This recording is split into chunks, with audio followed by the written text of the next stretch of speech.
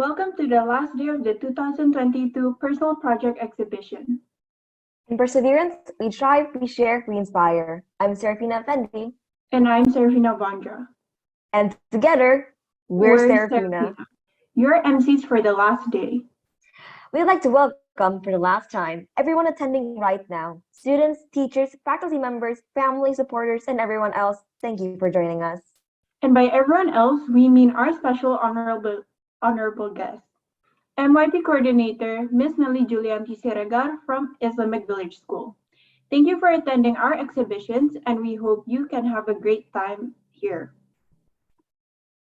Along with them, we have other schools attending today. Everyone, let's give a warm welcome to the Islamic Village School Karawaci. It's truly a pleasure to have you here. Let's pop this party open with the opening prayer led by Pat Santos.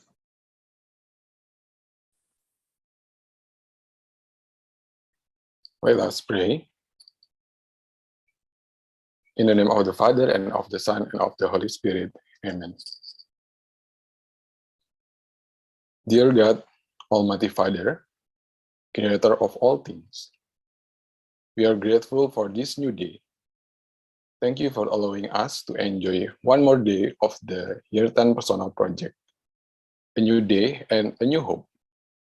Today we will start the third and the final day of the Personal Project Year 10 virtual exhibition here at Tunas Muda School.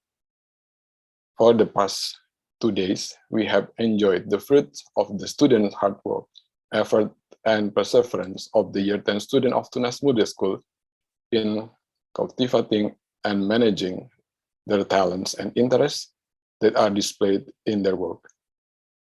They have experienced many things and learned from the process to produce various products, be it works of art, application of technology, culture, or science.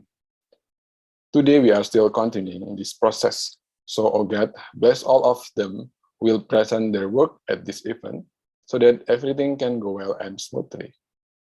Thanks to all their efforts and hard work in recent times, we hope that it will be a valuable lesson for their lives. We are proud and grateful for the students who have shown amazing and inspiring things. Bless this event from start until finish. Bless everyone involved in the preparation of this event. For everyone who participates in this event, hopefully they will be inspired, gain new experiences and awareness. And may everyone get goodness and blessings, especially in these challenging times. We ask this through Jesus Christ our Lord. Amen. In the name of the Father, and of the Son, and of the Holy Spirit. Amen. Thank you.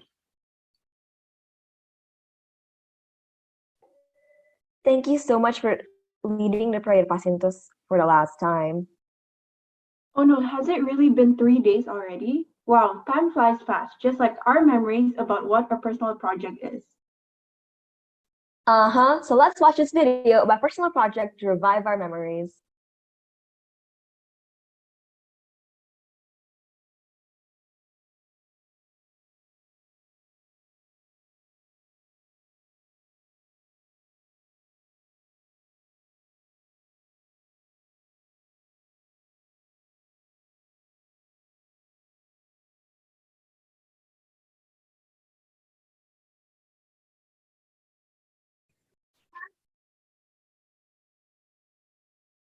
Ni apa ya? Betia ini lo cumi apa ya?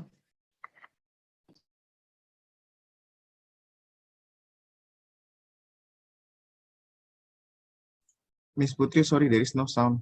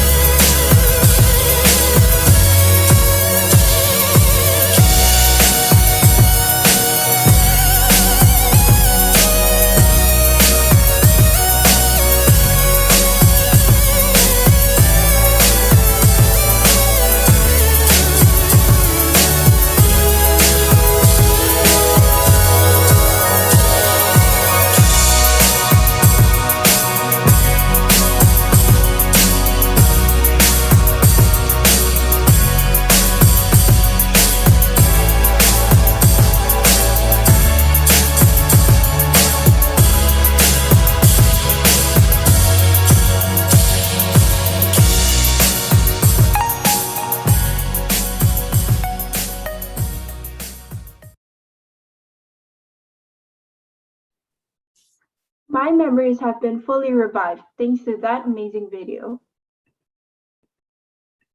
Same here. Wow, I can't wait to see all the projects to come to life.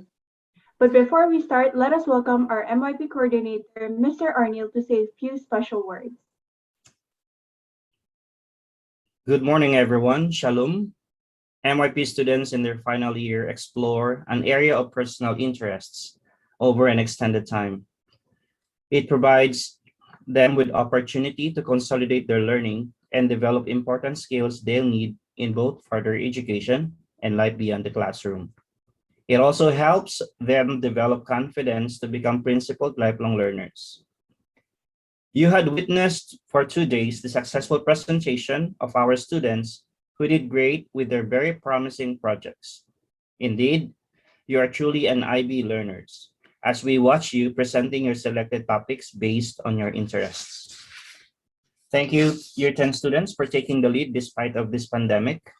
You were able to bring something creative in line with the approaches to learning and of course, guided by your IB learner profile. Congratulations. Thank you, parents, for the unconditional love to make this event possible, for helping your son or daughter from the start of the project until the very last minute of this PP exhibition. Thank you. Thank you, PP supervisors, for guiding our students to have a clear understanding about personal project and let them reflect and realize that communication is very important in this process. Being proactive also is needed by everybody to be helped well by the supervisors. You did great, PP supervisors. Thank you. Thank you for our wonderful and lovely MCs or Master of Ceremonies, the S squared or Serafina squared power. Okay, you bring life to this virtual event and your enthusiasm is very well recognized since day one. Keep it up. You have a great future ahead of you. Thank you, TM leaders and school community. Mr. Ridwan, Miss Claudia, Mr. Willie, other subject coordinators, admin head, and teachers for the support you have shown that we knew you always there every time we have school event like this. Thank you. To Miss Putri, our PP coordinator, thank you for your hard work and effort to make this event possible. I know you have encountered many concerns, but still, you are still standing, ready to cheer up anyone to keep going.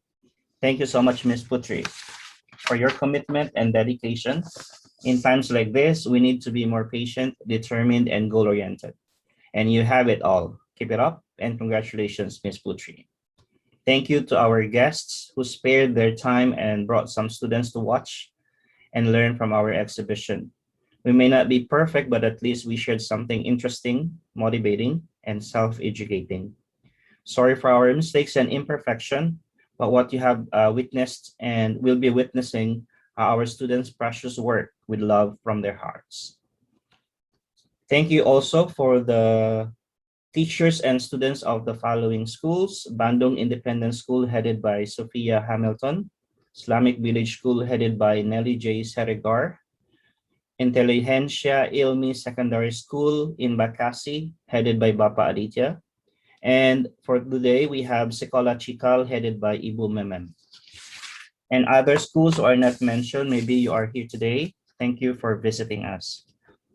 Today is the last day of our exhibition, but don't worry for today. We still have competent and best projects to offer, so please stay and be with us. I hope that you learned and inspired from each and every one of our students.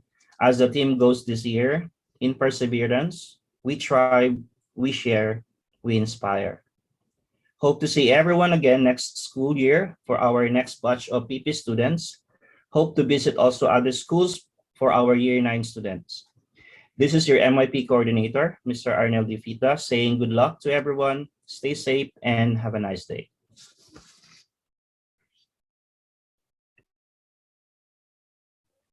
Thank you for the speech, Mr. Arniel. Before we start, we'd like to remind everyone that there is a Q&A session after every student video. So please feel free to ask questions in the chat box after the video is finished. Now, what time is it, V? Well, E, I think it's time for us to welcome our first presenter.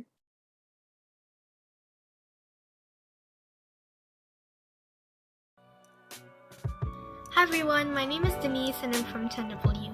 this video, I'm going to explain about my personal project with the title Off the Hook. In this personal project, I explored more about crochet and the fashion world. My personal interest was fashion. I've always been captivated by the beautiful pieces of clothing in stores, and in fact, I used to have these top model drawing books when I was little that allowed me to design my own dresses and outfits. However, ever since the pandemic started, I started to allocate more of my time on social media, as it was one of the most important sources of information. This is where my interest in crochet began. Crochet is not something that is spectacularly new these days, however, it is something that has popped up in my For You page a lot, and I started to gain interest in them. I became amazed by the techniques and patterns used in crochet, and for these reasons, I knew that my personal project would be an ideal opportunity to create a fresh project and learn about the process. Therefore, I decided that my learning goal would be able to learn the different techniques in crochet and explore more about the fashion world, and that my product goal would be able to produce 3 fashion items by crocheting. In this project, I made a total of 3 items, which are a bucket hat, a mini tote bag, and a cardigan. At first, I also planned to include a booklet as one of my products, however, I realized that the time given was not sufficient, and I thought that it would be better for me to just focus on building knowledge and skills in crochet itself. To start my project, I had to think creatively in order to make my product unique, such as brainstorming what kind of style or color combination I should use for my product. By brainstorming ideas for my plan, the process of creating my product became a lot easier, as I was able to refer back to my plan whenever I needed to. And this was done by creating tables and sketches. In the process of making the product, I often refer back to my plan and success criteria. I also use the tables and sketches to guide me in case I would stumble upon a problem. And overall, I think that the process of making all 3 products was successful and able to produce products according to my success criteria. In the process of creating this project, I developed all 5 ideal skills. However, the ideal skill that I developed the most is making skills. After finishing my research, I realized that there are other things that should be considered as well. Despite creating the product by using crocheting techniques, I also had to choose what type of stitch I'm going to use, what type of yarn, the hook size, and the color. However, I also do consider my limits as a beginner, and sometimes I need to cut off unrealistic ideas. Aside from that, I also struggled from unexpected errors or problems that occurred during the process. Due to this being my first time conducting an actual crocheting project, I am not quite familiar with providing appropriate solutions in crochet. Therefore, this led me to use my critical thinking skills to solve such problems. When I realized that I was far behind schedule with my 3rd product, I brainstormed alternative ways for me to complete the project. With the limited time I had, I carefully made wise decisions to change up a few things while keeping my product according to my success criteria. This solution ultimately helped me to achieve my product goal, as it allowed me to brainstorm creative ideas for my product and its process. For me, personal project is an opportunity to explore your passion. It is a very important step into develop new skills and new knowledge, and personally, as a result of my personal project, I now feel more comfortable in taking risks in learning, as I now understand the infinite opportunities and impact in my learnings. From zero to producing such products, I think that I made a great leap through this personal project. And here, I'm going to show you my final product.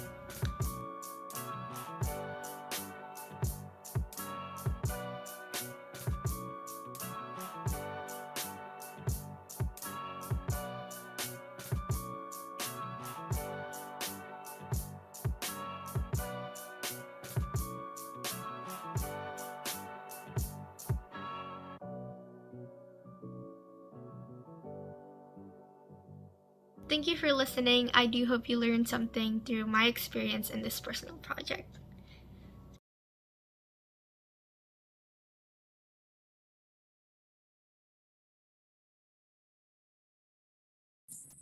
Okay, so I'll be answering questions now. What is something memorable about this project? What made this project memorable was the product itself. I would say that I've accomplished a challenging project in a short amount of time. And I would, since this is my first time crocheting, I would consider my 3 products were quite decent, and I was satisfied with my work and the final result, which made me realize that the time and effort that I've put into the process was worth learning. And with this project, I'm able to produce such products that I can wear, and I couldn't have made those products without this personal project. Hence, the hat, the bag, and the cardigan that I've created will remain as a great memory of this project.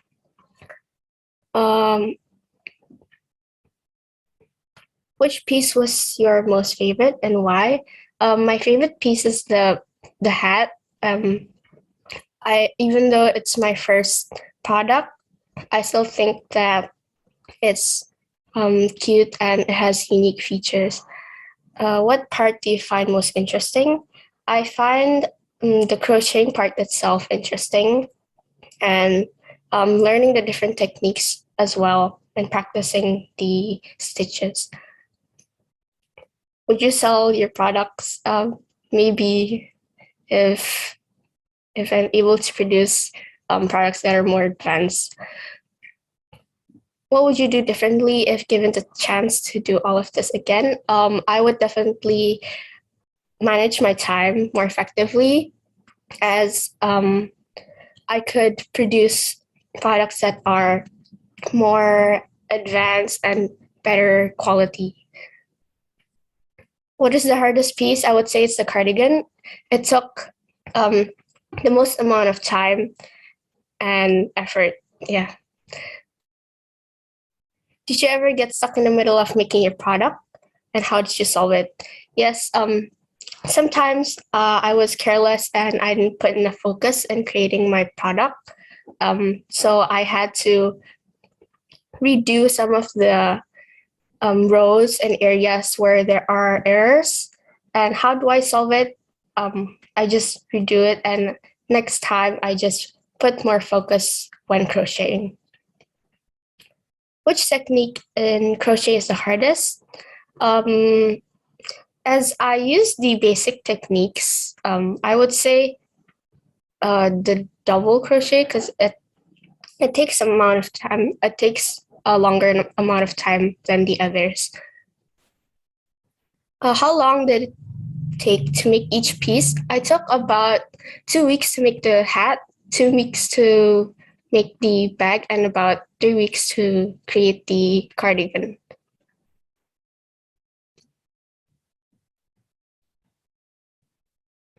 Is that it? Okay, thank you.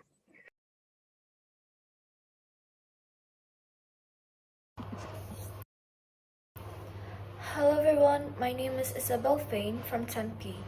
In this video, I will be talking about my personal project where I made a vlog regarding about mental health, but specifically coping mechanisms. I will also be talking about what I have learned throughout this journey of making my product. Before I start my personal project, I have to think, what are my personal interests? Choosing to make a product that suits my own interests is very important because this will keep me motivated in working on it. And I will also be more committed to my work compared to doing something that doesn't interest me.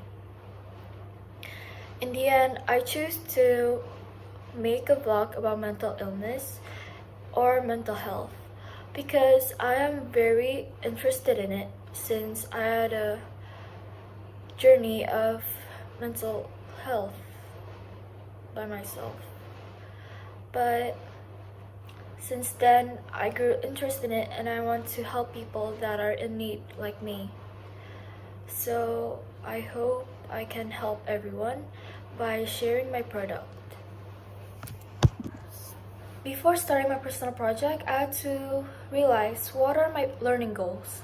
Well, with this pandemic happening right now, there is not much we could do. However, for this personal project, I decided that I would spend my time studying about content creators and mental health. From my studies, I could see that there are many content creators gaining viewers from this pandemic. These things happen because people only spend their time at home. So maybe they watch a lot of YouTube videos. And YouTubers nowadays can earn a lot of viewers just in several hours. I saw these opportunities for my project.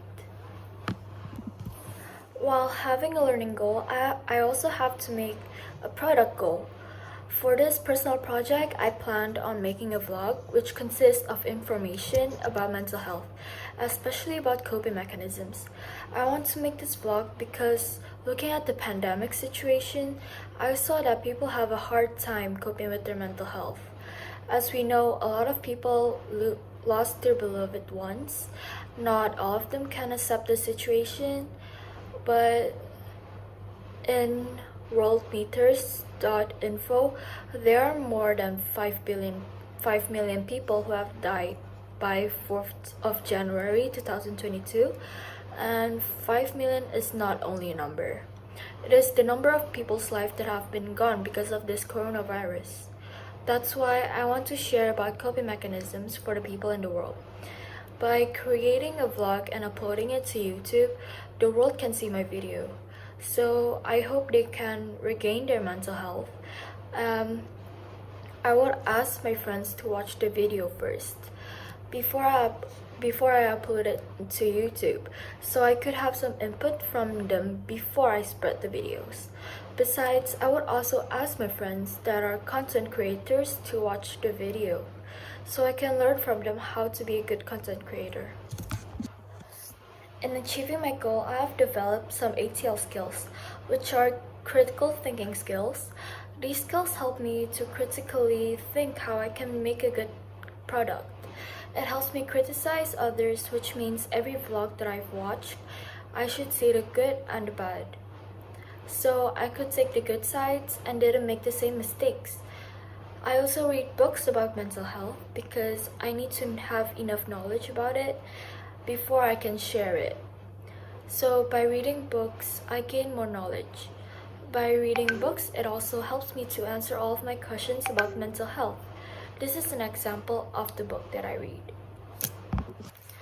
The second ATL skills is creative thinking skills. These skills help me to think more creatively in editing and make my product seem not boring.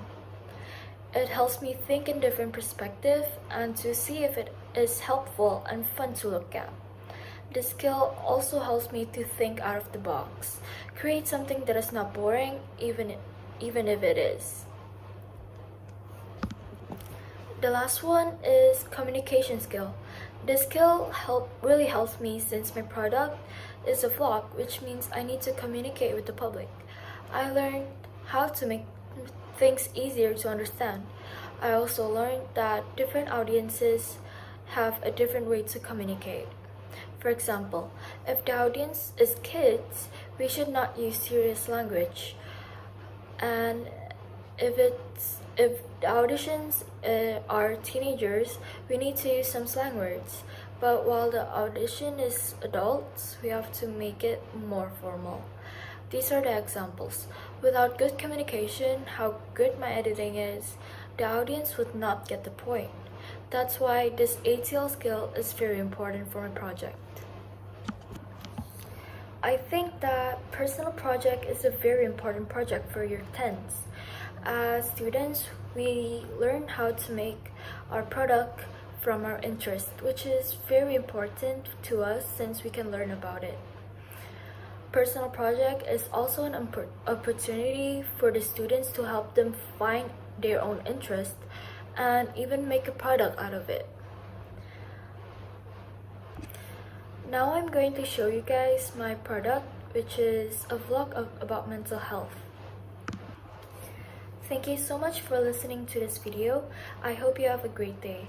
However, I want to say sorry if I said some things that are wrong or triggering. However, thank you very much for listening. Enjoy your day.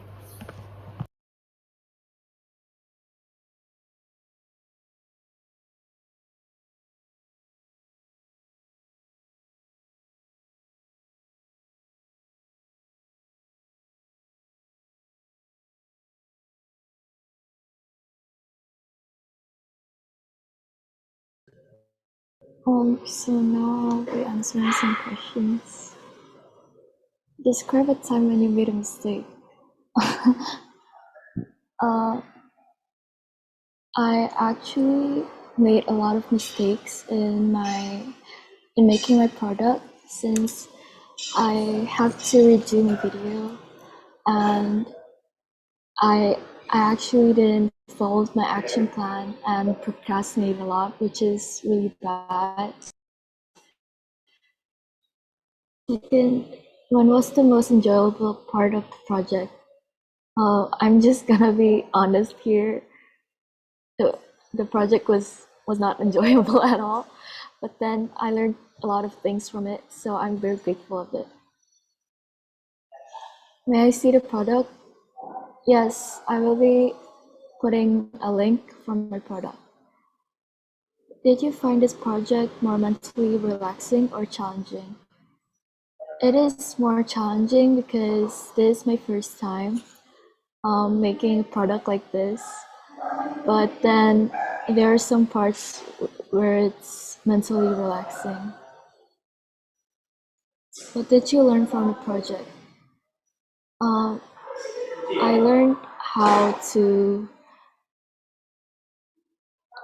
use more healthy coping mechanisms for my mental health.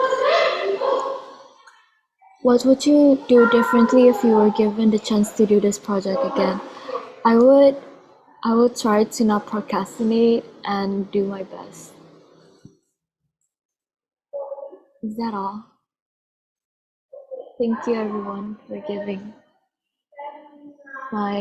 giving questions for me.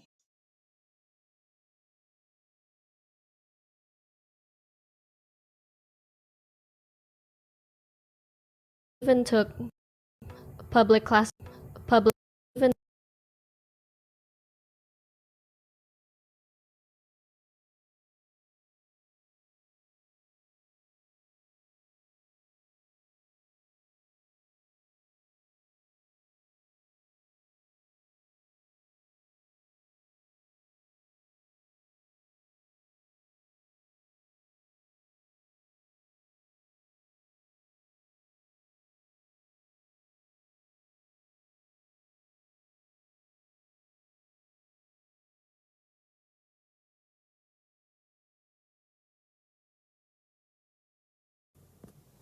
Hello everyone, my name is Matthew Owen Nisangan from the class of 10J, and today in this video I will be talking about my personal project, which is assembling a gaming computer for a minimal price. Ever since year 9 was going to end, I have always been wondering on what topic I should choose for my personal project.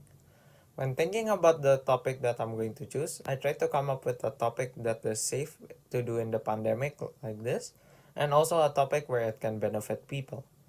And since one of my personal interests when I was small was playing technology, so I decided to assemble a gaming computer as my project. I have also decided to try to find a PC component that can be used for the long run and for a minimal price. And times like this, with the pandemic and everyone having to do their work online, I think making a computer would be very useful, since a computer is usually stronger and more helpful than a laptop and a phone. Well, when it comes to work or play. Since I was small, I have also have been interested in computers, like technology. But and when I was small, I was usually limited to use the computer at home, because usually I had to share it either with my brother or my cousin. But now, since I can have my own computer, I can use it as long as I want, since I own it. So as my personal project product, I have decided to assemble a computer for a minimal price. When choosing the components of the computer, I have chosen the ones that are common, since it is most likely to be more cheaper, and also because I'm trying to make a minimal price computer, not a very expensive one. The first thing I did at the start of this project was making a research plan about various computer components that are needed to assemble the computer. After gathering important information about the computer components needed, I did another research, but this time it was about what are good computer components that can be used for the long run at a cheap price. To do that, I contacted an IT man who understands computers a lot to help me and give me suggestions on what computer components to get for a cheap price. We discussed with each other about the computer components to get, which later I ordered and assembled the computer together, which ran successfully. But it took me 3 days to make the computer run successfully since I encountered some problems when assembling the computer together. From my understanding, I think the skills that I have used the most in this project is my research skills, as I did a lot of research about computer components that are suitable and cheap for my project. And because of this research skills, I was able to assemble my product successfully. To prove that I was successfully made my product, I have created a success criteria to check my product if it had reached the criteria. And in my opinion, this was such a fun project because I get to learn something new and get something in return, which is a brand new computer. This project can teach us new experience, and that is something we need to learn for a better future. This project also has taught me not to procrastinate, as most of the work we have to do takes time and we can't rush. So these are some pictures of me and my product. And that is all for today. Thank you for watching my video.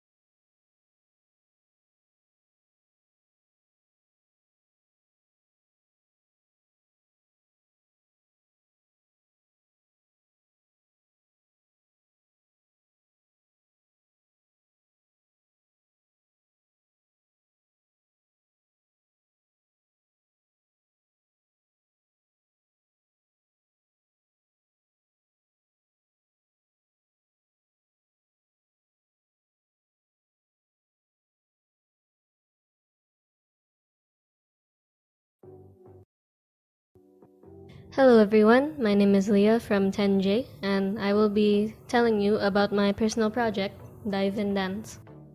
But first, let's talk about how this project came to be in the first place. I have always been interested in dancing, and I even took public classes for a while where I would learn several choreographies. But that's all I've done, learned.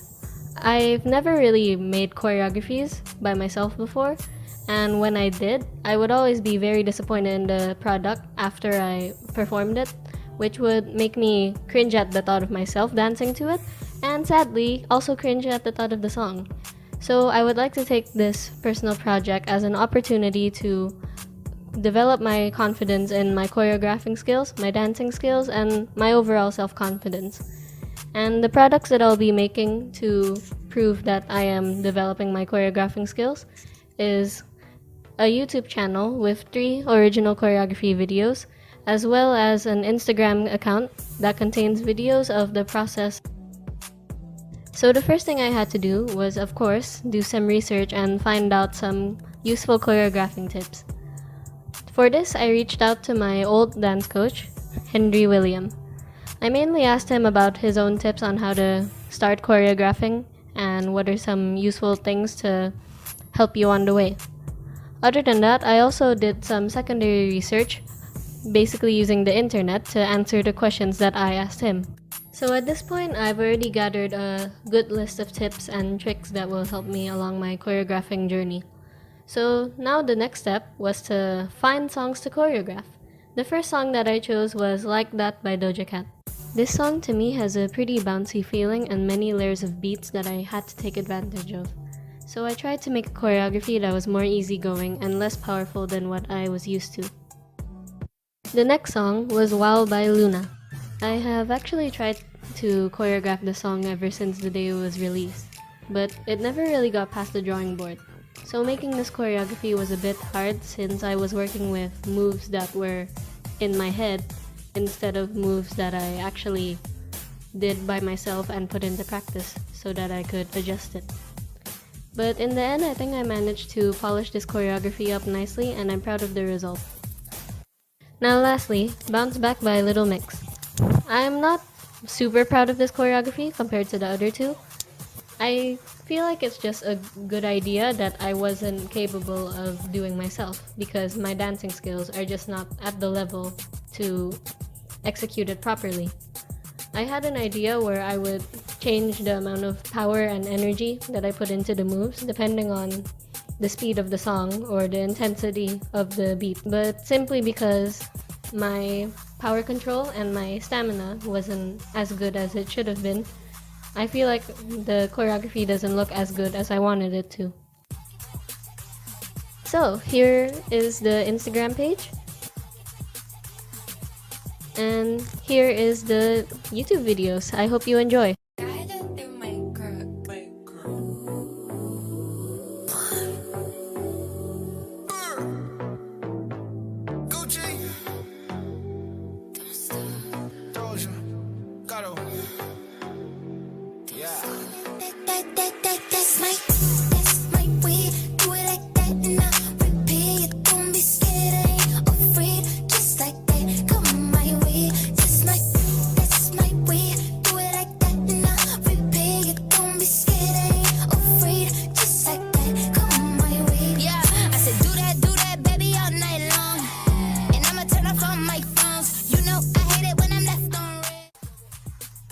While in general I am very proud of my personal project, there are still, of course, many ways where I could have improved, such as the video editing and filming aspect. In the Like That video, you can see that the lighting is like very dark, and you can still see some parts of the furniture that I tried to hide. While I did improve that in the filming aspect for the other two later videos, the overall video editing is super simple, and I would have liked to change that if it weren't for my poor time management skills. Another thing I could have done to improve my personal project was to be decisive from the very beginning about what I will be doing for the personal project. Because in truth, this wasn't my original plan. My original plan was to learn choreographies from a number of different dance genres, but due to my poor management skills and the difficulty in finding free classes, I could not go through with that plan, so I had to settle with this one, which I'm very happy I did, by the way. This was much more manageable and also much more fun. So, that's all I have to say about my project.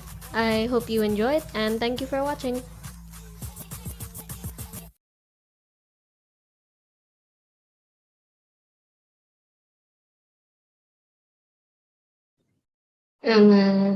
So now I'll be answering the questions in the chat box.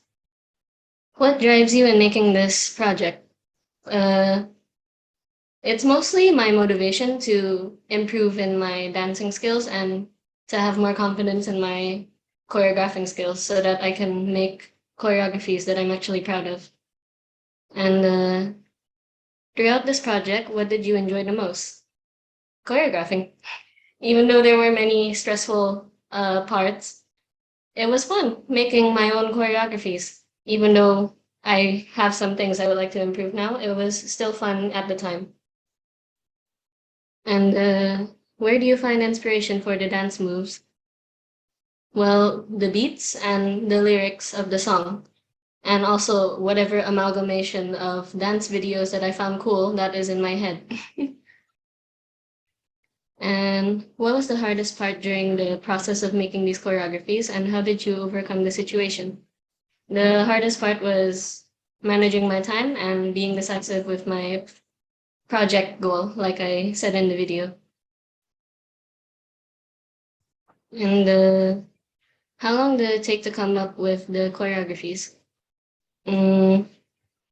I can't really say that myself because a lot of the time when I made it was just a collection of ideas that I would think of randomly, like in my spare time. So I can't really say how long exactly each of them took. What does it feel like to choreograph? Do ideas just click? Yeah, kinda. Like you just listen to the song and ideas just come to you and they click. They just if you like them and you think it goes with the beat, then you just stick with it, basically. How long have you been dancing overall? Ever since like 5th grade? What made you like dancing? In all in all honesty, K-pop, because K-pop has a lot of choreographies that are really fun, which drove me to want to go beyond that and learn how to make my choreographies myself. How do you feel after finishing each choreography? Kind of depends. For the Like That video, I'm really proud of that choreography and I still really like it, but for, let's say, Bounce Back, it felt really rushed and I wish I could have made something different. Now, if you could choreograph another song, what would it be? Ooh, okay. That's gonna take a while to answer. Let me check. I guess it would be Your Love by Glass Animals, but I'm not very sure how to even begin choreographing that. How do you memorize the dance moves after creating the choreography? Do it over and over and over and over again. And I guess it's easier to remember since you made it. And recording really helps too. So record yourself and just do it over and over again. How many takes usually for one video? I'm honestly not very sure. I can't really count. It took a while. So I think that's all of the questions. Thank you so much, guys. You are all very sweet, and I guess I'm done.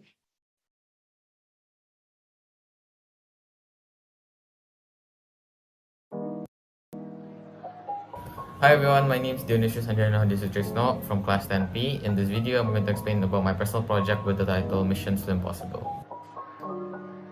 For my learning goal, I would like to learn how to lose weight and then help people to lose weight as well, or to be healthier at least. For my product goal, my hope is that my learning goal lead me to be able to lose weight and encourage other people as well so that they will be having a healthier life during the pandemic. I'm trying to be healthier since during the pandemic I didn't have any exercises and all I did was just eat and do some of my tasks. So I hope by doing this I'm able to lose weight and encourage people. Being able to lose weight is something that's very challenging and encouraging for people, and it's even harder for me to encourage people to do it, so I'm very determined to do this project. Second is being able to gain editing skill, as I'll be editing some videos in the future. Therefore, I made the losing weight journal, which was in the form of a video. I have an interest in sports, so I've been joining a lot of sports lessons since I was a little kid, and I really enjoy a lot of sports lessons. Especially when I'm in school, I'm always excited when there is PE lessons and being able to play basketball, soccer, and any other sports activity. I also joined the school soccer team for almost 3 years because I really enjoy and love sports. But then during the pandemic, I have been lazy and didn't do any exercises, so I wanted to change my unhealthy habit into a healthier one and encourage other people to be healthier. Since I love to eat food as well, I like to eat unhealthy foods, therefore I needed to change the way I eat because I rarely eat healthy foods like vegetables and others. I tend to ignore them, so I have to try and change unhealthy foods into healthy ones. I want to be healthier because I've been refusing to be healthy for the past 2 years already. Therefore, I would like to learn how to lose weight and encouraging other people to lose weight or to be healthy. At first, I did some research about the exercises and foods that I can include in my product. I did some research about gaining weight during the pandemic from my first video, which is my introduction. I researched all of this by visiting multiple different websites and also watching home workouts from other people's videos. After I was done, I tried to discuss with my supervisor regarding my videos and I discussed my plan as well. The plan of the video was to insert an intro, then putting information about the foods that I ate during that day and the workouts that I did with a 10-second interval between each exercises. After discussing it, I started recording and editing. I'll be uploading all of the videos at the end of the year, which was around December. I repeated the step 5 times because I made 5 videos in total. For my exercises, I just recorded downstairs in my backyard, and for my explanation, I recorded it in my room. I didn't use any equipment for my exercises because I wanted to make it easy to follow for other people.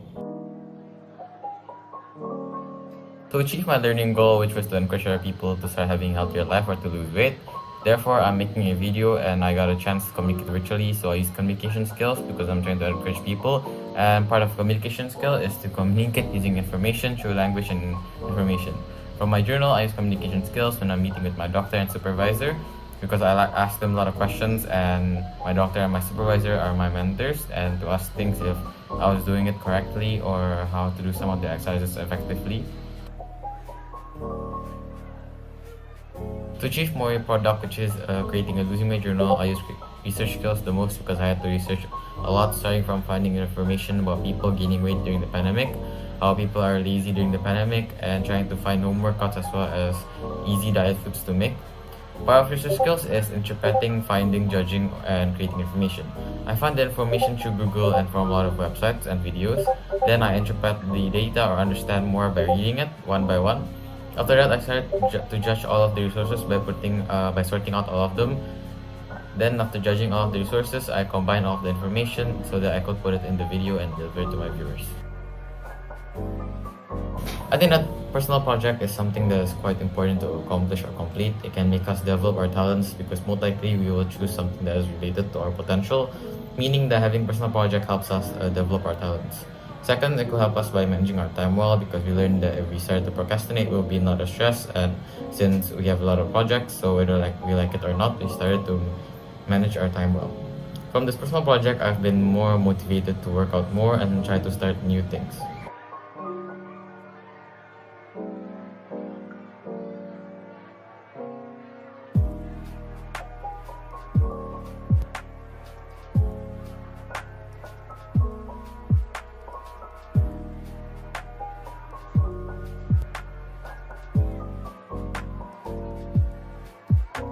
If you would like to see more videos on my personal project, you guys can visit my channel, and please subscribe or leave a comment or drop a like. And thank you for listening and have a nice day. Bye bye.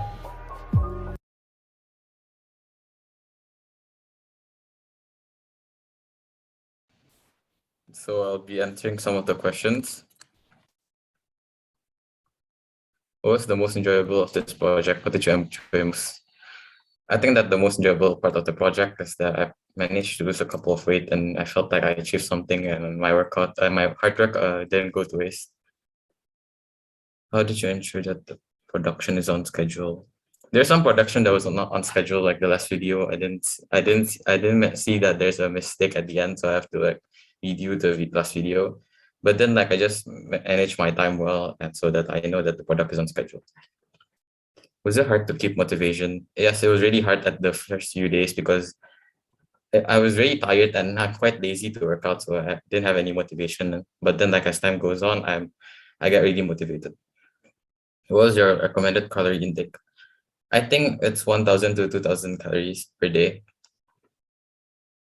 What is the most challenging part of your project? I think the most challenging part for me is that I have to be consistent when I'm going on a diet, and it was really hard for the first few days because my body's not used to it yet. But as time goes on, I managed to get used to it and be more consistent. Do you have any tips for other people trying to lose weight? I think that you guys just need to be consistent in working out and try not to eat anything that has high in fat. What other topics would you choose aside for a personal project? I haven't think of any other topics that I would choose, and I don't really know the answer to that yet, but maybe I would like to make like a PC or something like that. If you got the chance to do this project again, what would you do differently? I think that I will try to make more videos because and I only made like 5 videos and basically 4 because I made it for 4 weeks. So for example, I gave food and I only for 4 days. I think it's not enough for a week, so I should have just made more. Are you satisfied with your product? So what's the most rewarding thing that you got from this project? I think I'm quite satisfied with my project. And the most rewarding thing is that I managed to get some editing skills and I managed to lose weight as well and be more consistent during my workouts. I think that's it. Thank you.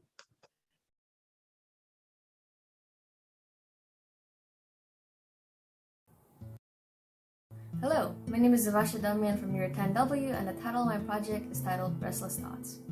The idea of the project came from the fact that I like visualizing things in my head. I like visualizing pictures of ideas and concepts, and it just bothers me by the fact that they will forever just remain as ideas if I don't bring them out. It also fascinates me how people can visualize things differently.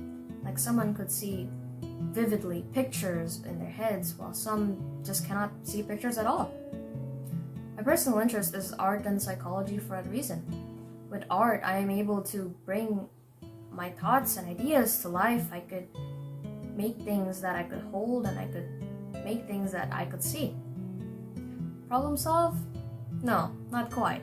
Because the next problem that comes with is a self-deprecation that comes with a person who struggles with art. And the only way to overcome that is to put experience into practice. My goal in the beginning was to create a minimum of 5 artworks and possibly learning a new art medium. I was also interested in video editing, as I wanted a way to showcase my artworks and also just talk about it and the process behind each artwork and also the meaning behind each one of them. Hence why I wanted to make 2 videos. But that didn't end up working out because I didn't end up learning something new, and I didn't end up learning how to video edit well. The planning for my artworks is more or less like the planning of my video, just a due date and a list of things I need to get done, and just brainstorming and doing sketches and then doing some practices to make sure I don't screw up. But unlike my videos, it worked for my artwork because honestly I'm not so sure. I remember just being able to sit down and have fun with my artworks. I was able to put a podcast playing in the background, and I could just hang out with friends in a voice chat and just spend the day doing that artwork. Doing something that I love, something that I haven't been able to do for months because of the amount of work we usually have to do for school. Even if trusting the process worked for my artworks, I should have known that it probably doesn't work for things such as videos, something I actually have to learn because it's still so foreign to me. During the process of creating my artworks, there are several skills that I need to put in.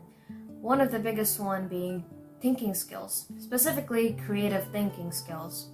As I specified in my success criteria that I wanted to make something meaningful, yet also visually appealing. One of the other ways I develop my thinking skills is by using the knowledge I've learned from my research and applying it to the problems that I encountered when making the artworks. One problem I had to face is when I was using clay to create my very first artwork, which is a clay sculpture of a heart. The thing about clay is that it can take very long to dry, especially if it's large or medium sized. But one way I managed to hit several birds with one stone is by using tinfoil.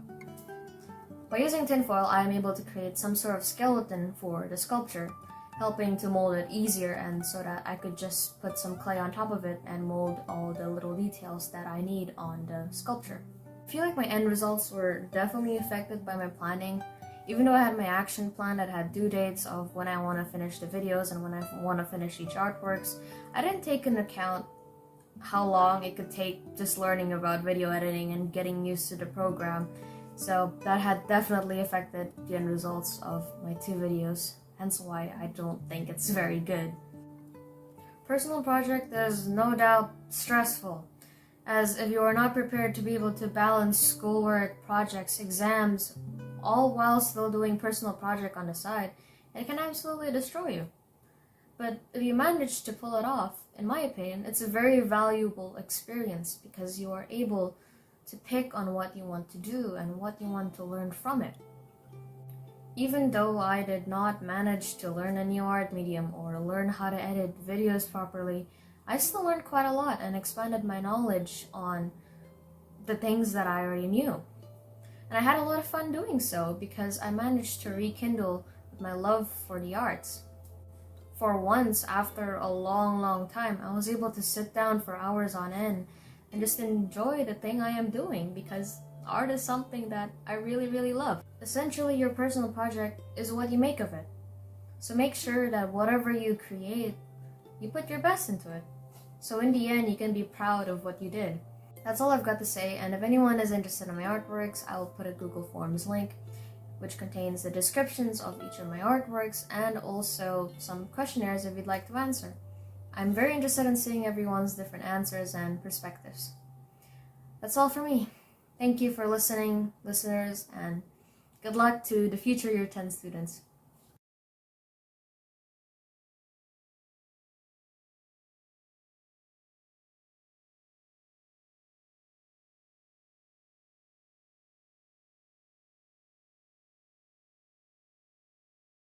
Okay, so for clay art, the thing with clay is that it's really hard because you really need to just keep practicing and practicing. And I think one of the key things you need to do for clay is observe. Because every time I look back at my sketch and my clay art, I thought I was doing fine, but it didn't end up having the right proportions, and I ended up making like small mistakes that just ended up really bothering me at the end. And some tips that I found really useful for clay is if you want clay to dry a lot faster whenever you're in a pinch or you just generally just want to get things done, use heat. If you have an oven, maybe try that, or if you just leave it out in the sun. But for me, I used hair dryer because it was just the perfect amount of heat. No, you don't need to use expensive tools to make art. The paint I use for watercolor and acrylic is actually very, very cheap because I don't like using the expensive ones because I don't think I'm very talented enough to do that. But if you're definitely a beginner, and especially for like watercolor and such, definitely buy the cheap variations because they don't really have much of a difference except in like maybe in quality and like a slight difference in color. So if you're a beginner, definitely buy like the cheap watercolor sets. I also end up using a lot more of my cheap watercolor sets than I do with my expensive one.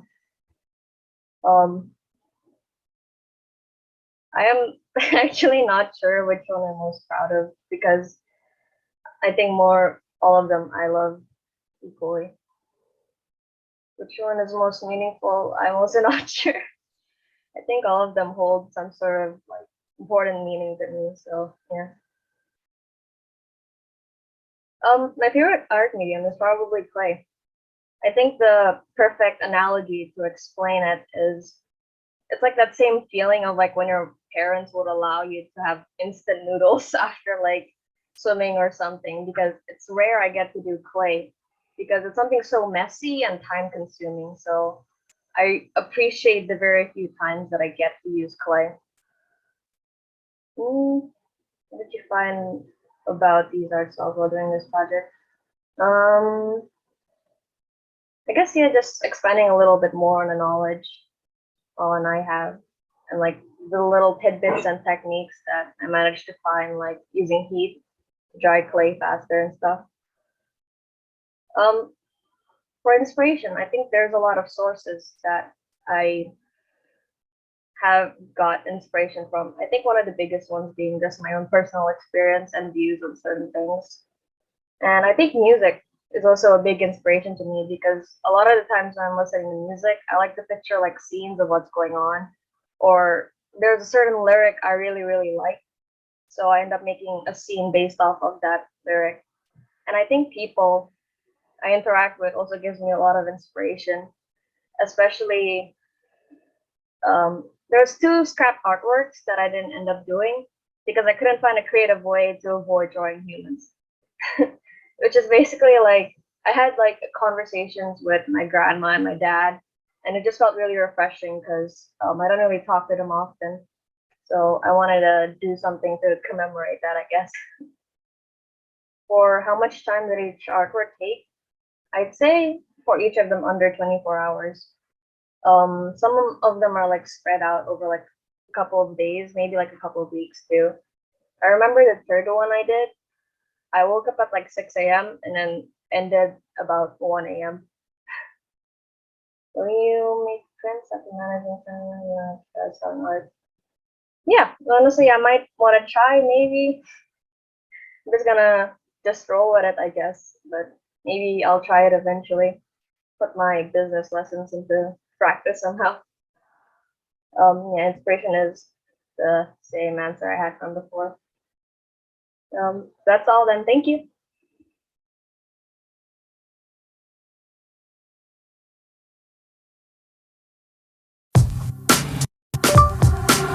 Hello everyone, my name is Kenzo from Class 10P.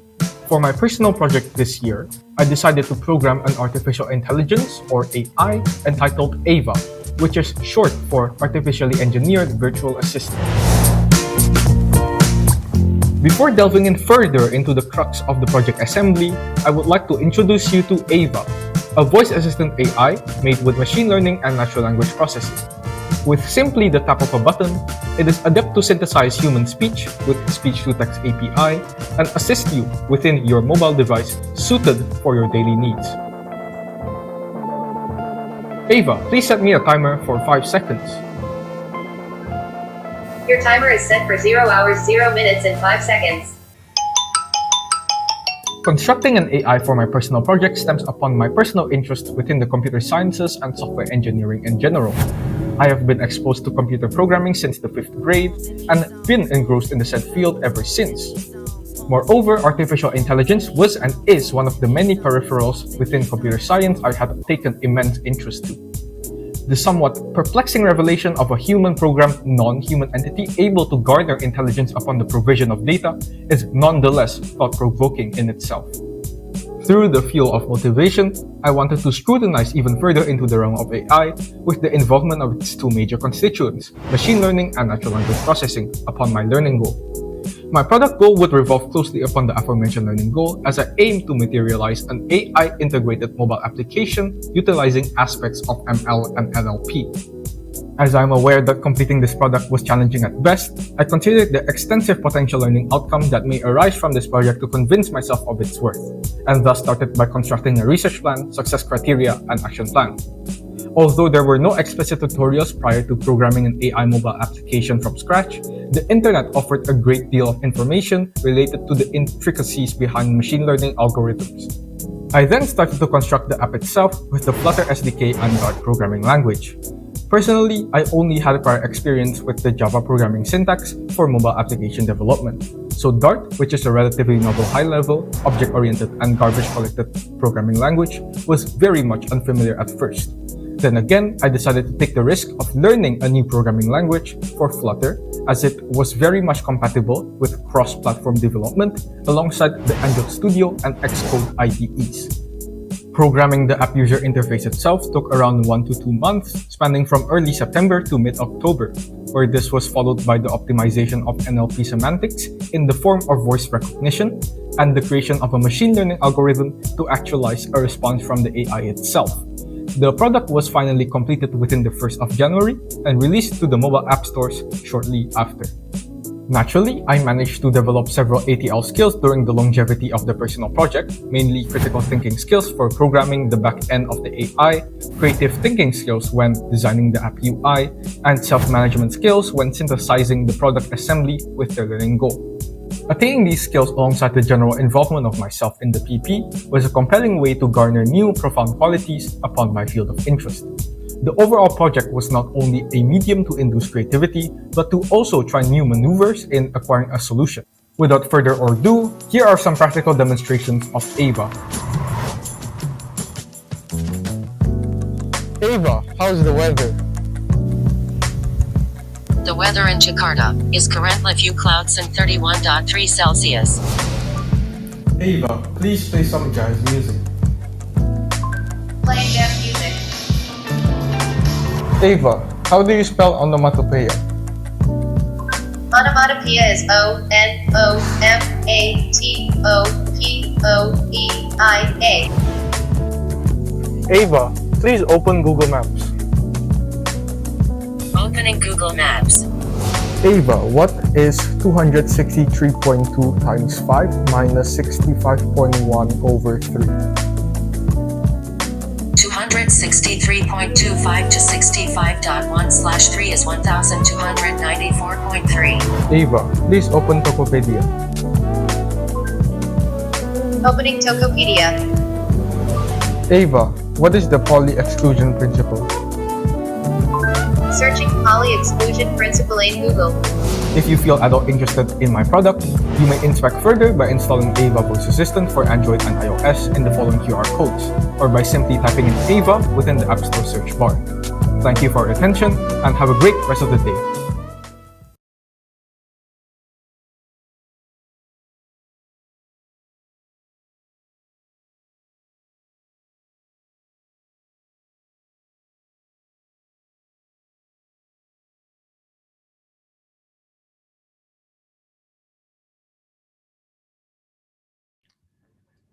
Okay, so I will be starting to answering your questions. Who inspired you to build such an ambitious product? Actually, I have been inspired by a lot of CEOs and also a lot of fictional characters. As you can see, I featured Iron Man in the video, since I was very inspired by his artificial intelligence named Jarvis. And I'm also inspired by Elon Musk's OpenAI and his simulations with hide and seek. And how difficult is it to create a voice recognition system from scratch? How big was the sample size for the data? So the voice recognition system is basically constructed with a natural language processing algorithm or system, which made me conduct thousands of repeated trials with varying pronunciations of the standard English language. And this is required to map out the general data that I required so that each command can be perceived by the AI. And not to mention too, I had to find a method to convert the human speech to something machines can understand, such as the strings of text. What was the most challenging part when completing this project? I would say the most challenging part would be the optimization of natural language processing semantics, as I had to utilize application programming interfaces or APIs that constantly input a large amount of data into the AI so it can recognize the human speech fluently. And this is done so I can reach around 70% accuracy, which is actually featured in my success criteria. And reaching this was quite a challenge since I had to input a lot of data. But thankfully, I actually managed to reach around 90% accuracy, which would be actually, compare to other prominent voice assistants such as Siri and Google Assistant. How do you make the algorithm? I'm presuming you're asking, how do I make the machine learning algorithm? That is just basically through an if-else-if statement combined with a switch case algorithm. And finally, on top of that, also a try-catch exception to process the input via the natural language processing semantics. It is not as complex as recognizing speech input, but it was very time consuming as I have to also input a lot of data. Why did you choose to use Dart instead of Python, given that Python is very popular with AI? Okay, so this is actually very interesting since Dart is actually a programming language for Flutter, which is the software development kit I use. And its newest major version is actually released 1 year ago. So this is a very novel software development kit, and Dart is also a very new programming language. Since I am already familiar with Python, I think it will be more interesting if I actually learn a new programming language instead of something I have known for the personal project. Also, Dart and Flutter are also more compatible with cross-platform development and mobile application development in general. What was the most meaningful lesson you learned after completing this project? Well, I would say the most meaningful lesson would be how I realized the concept of AI is novel in practical means. By this, I mean like I have not attempted to program an AI before, so this is a very new thing for me to do. And I use this personal project as an opportunity to explore more about my interest in AI and develop an application with Flutter and Dart. Can you elaborate more about your machine learning algorithm? I think I've answered that before. Why did you choose to create an AI for your personal project, considering that there were many other alternatives? Well, I feel like the creation of the AI is the level of achievability and the boundary of challenge was most suitable in correspondence to my prior experiences with computer sciences. And considering that I have conducted several projects related to website and game development, I feel that utilizing these ComSci components or peripherals would be not as challenging and not as challenging for personal project. what did you learn in your project besides your project that will be applicable in your future besides the App Store credit? Well, I feel like this personal project allowed me to explore more about AI, and I am planning to take computer science for university. And my interest would be also leading me to explore more about machine learning, deep learning, and natural language processing in the field of AI itself. Other than the internet, where did you gather information to create your product? Well, mostly it's actually from the internet, but I also did interview or like conduct some expert opinions, but that was just for the review of the product and how well did the product suit with the overall success criteria I have developed. And do you plan to continue updating the Ava AI App Store on the app stores? Well, I would see if the application would have a lot of downloads and if it will be successful. If it does, and if a lot of people would demand for an update, I will. I think that's all for the questions. Thank you.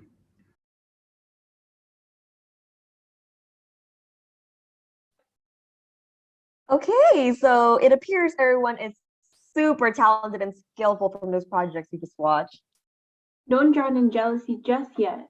You can do that after the 20-minute break. Be right back, everyone.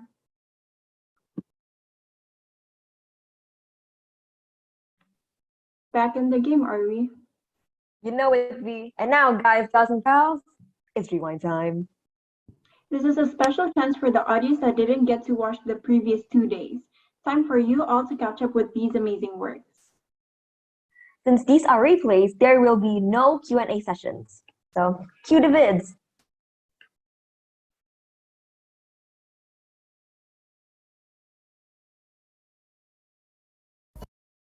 Hi everyone, my name is Alexander Austin and I'm from class 10P.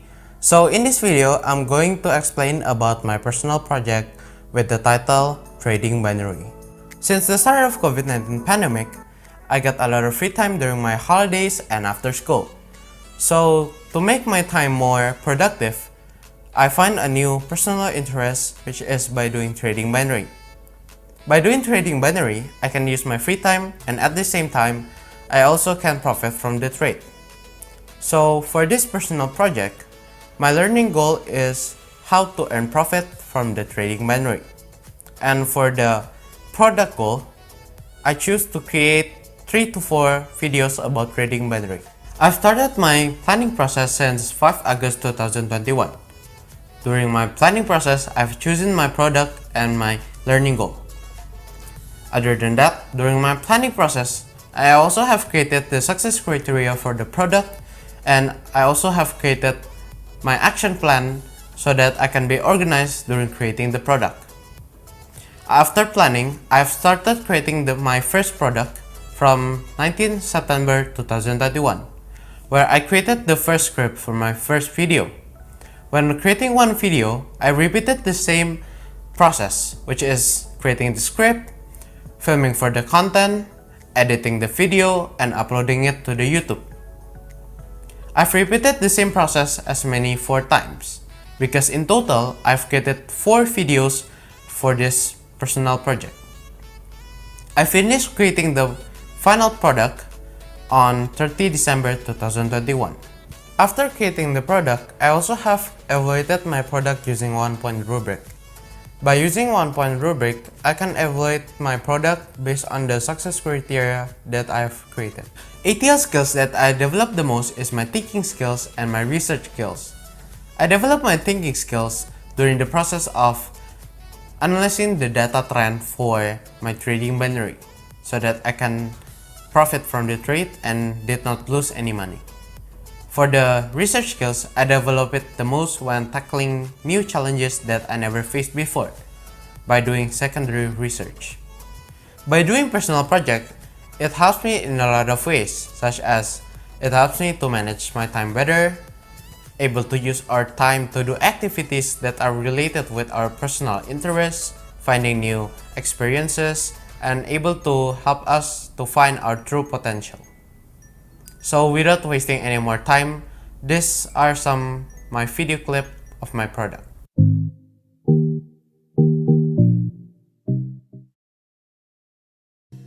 So let's get started.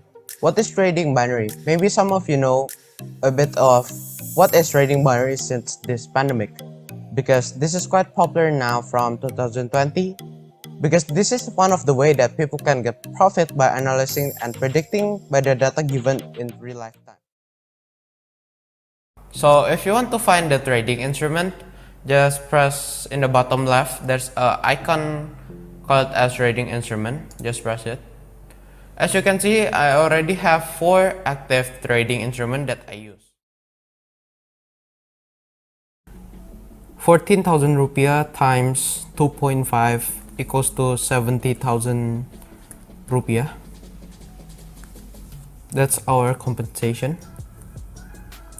So we still have 15 seconds left. 5, 2, and we won. So in the first rate, we just won 35,000 rupiah. 3, 2, 1, and we win another 35,000 rupiah for the second trade. Hopefully we can win this trade, our last trading. And yes, we got the trade, and we just win our fourth trade, which is under 28 rupiah. If you all would like to see more of my videos project, go visit my YouTube channel at Alexander Austin and leave a like and comment on the video. Thank you all for listening and have a nice day.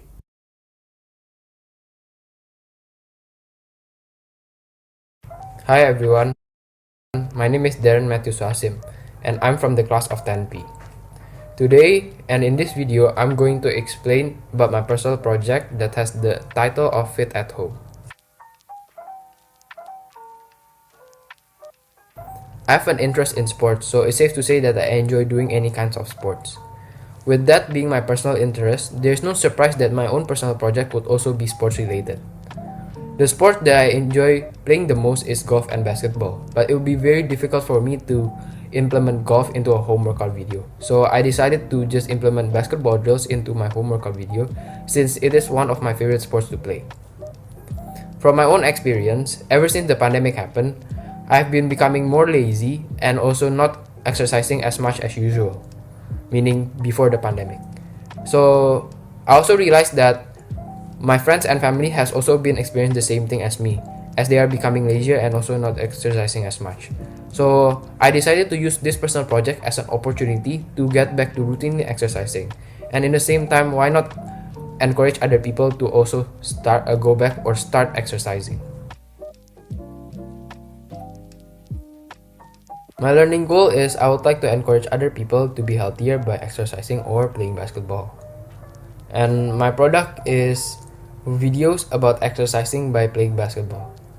A more detailed description or explanation about my product would be 4 home workout videos and each consists of both normal exercises and basketball drills, with each being around 13 to 15 minutes.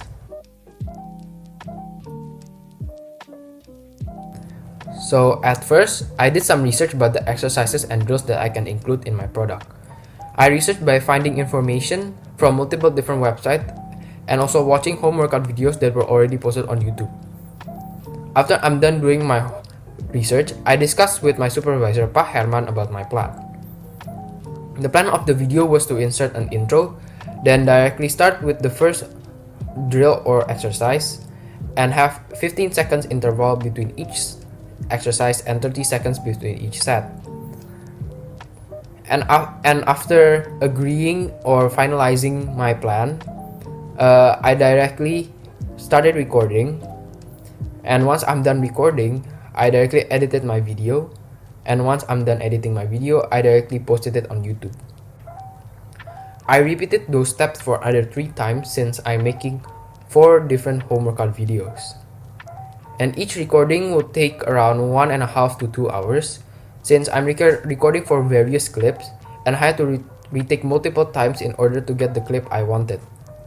For the basketball drills, I recorded downstairs in the ground floor in my apartment as they have an area to play basketball. So I recorded every basketball drill for each video there, and for the normal exercises, I recorded them in my own room. I just need to set up a yoga mat and then I can start recording.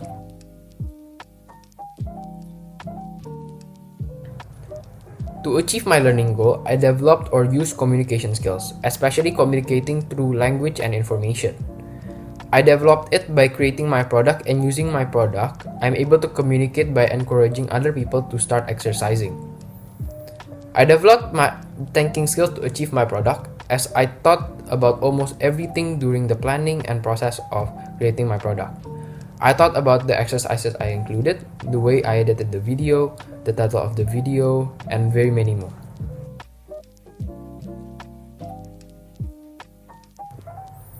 I think that my product turned out better than I expected, because I myself didn't expect too much out of myself, since I'm not too good in editing videos. So I thought that it would be okay, meaning not too good or not too bad. But in my opinion, it turned out quite decent. The way I speak in the intro and outro was clear, and the clips of exercising and drills were very good, as I did the exercises and drills with enthusiasm. I do think that my video was decent enough to be considered a successful personal project product. Even though it's not perfect, meaning there are still little or minor mistakes that could be fixed in order to make my product better. But as an overall, I'm very proud of myself for being able to create those 4 home workout videos.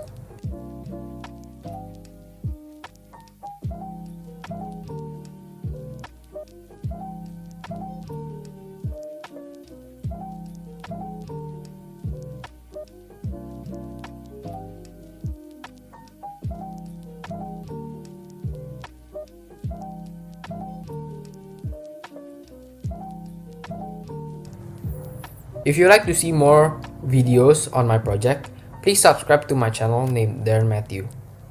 And please be sure to leave a comment or simply a like. And this will be the end of the video, since I am done explaining about my personal project. So thank you guys for listening to my presentation, and goodbye.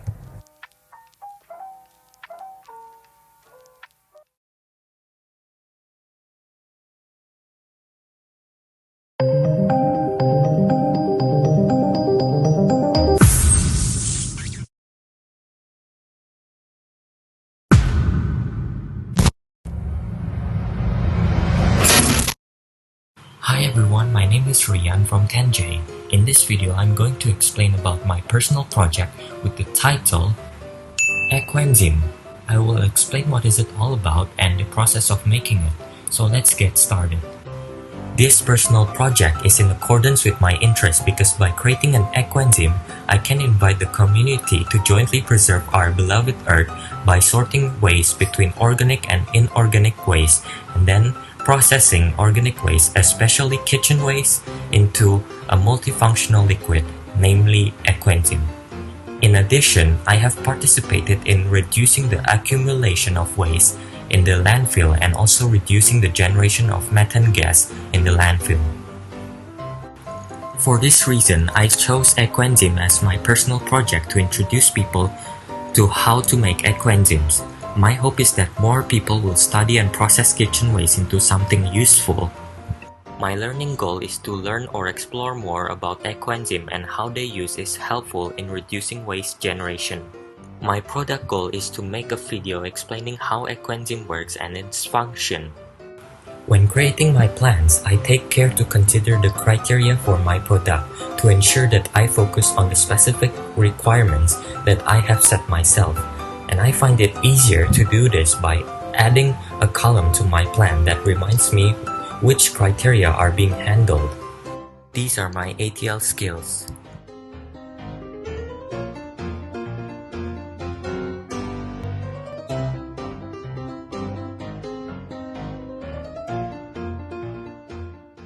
These are the information that I researched about equenzyme. The founder of equenzyme is Dr. Rosukon Pumpanvong from Thailand. Dr. Joan Un is a researcher from Malaysia, introduced equenzyme to a larger audience.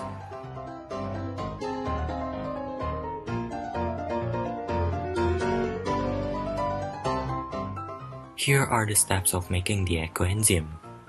First, I collect kitchen waste like fruit and vegetables from fruit cellar, neighbor, and my house. Then I sort the pineapples, chilies, juice dregs, and onions because they are not used. Then I prepare the molasses and water by comparison. Those numbers represent the parts.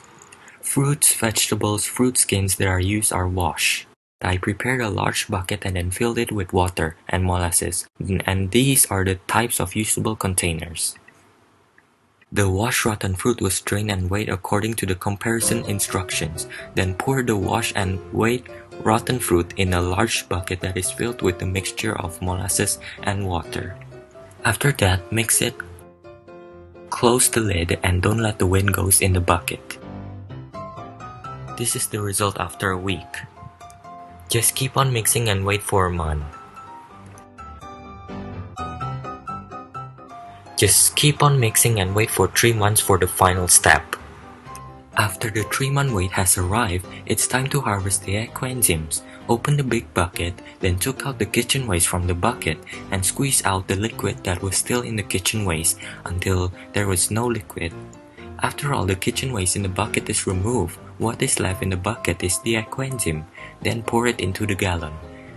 To make it interesting, I made my own sticker design and stick it into the bottle, and the ecoenzyme is finally done. And if people need it, they usually use bottles.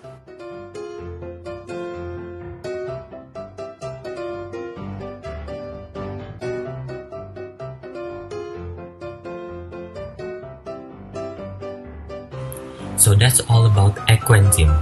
I hope you find this interesting. Let's together preserve our beloved Earth by making ecoenzymes. Do your part. Thanks for watching and have a great day.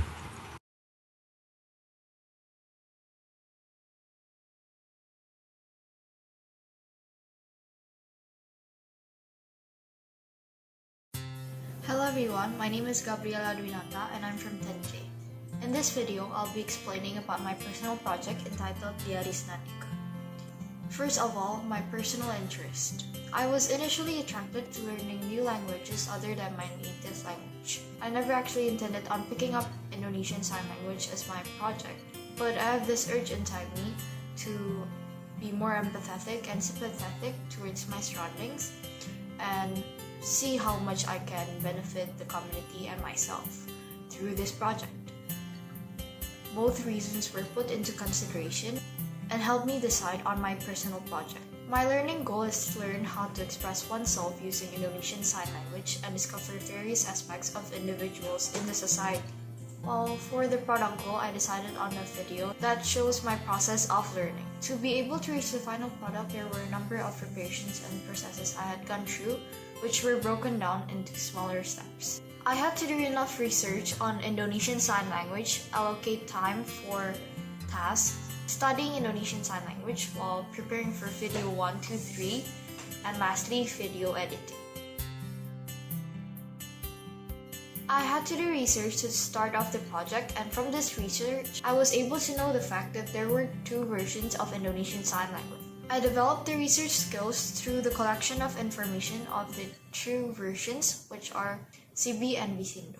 I gradually knew that Sibi is the formal sign language and Bisindo is the informal sign language in Indonesia. I was able to plan, collect, organize, and interpret data during the beginning stage of this project. This is such an important information to start off the project on the right foot. Therefore, the research here plays a prominent role in introducing me to what I'll be doing and giving me room to imagine. And thus, this research helped me to choose which one I'll be doing long-term in my personal project. I chose Bisindo in the end as it is commonly used by the deaf people and I thought it would be bringing me closer to the deaf community. Moreover, I had to make a success criteria and action plan. Video 3 required me to film clips of me studying, which will be compiled in a How I Study video. During those study sessions, I also had to prepare for the first and second video where I had to introduce myself and do a cover in Bisindo. Lastly, I got to enhance my editing skills through editing those 3 videos. The stage where I film, edit until I publish those videos required thinking skills. I thought both creatively and critically to decide, design, and solve problems. I use critical and dialectical thought to think from the viewer's perspective. Furthermore, I also had to adjust the camera angles while I study, and therefore it required me to balance my focus. I mostly applied creative thinking skills while I added the videos by making it look more appealing, using animations, text, subtitles, as well as making it informative. When encountering problems, I faced it realistically and critically thought about what I could do. For instance, when I lost all the subtitles I had finished typing, which I also have matched with the timing of the voiceover. I became critical at that moment because I knew for a fact that the reality I have to face is to start all over from the beginning. During that time, I critically thought of a way of bringing it back, but nothing worked. It required thinking skills to sort out the situation and thought about what went wrong. The only solution was to start over, and this taught me how I can grow as a person and face all kinds of situations. Here are the short clips of the videos I made.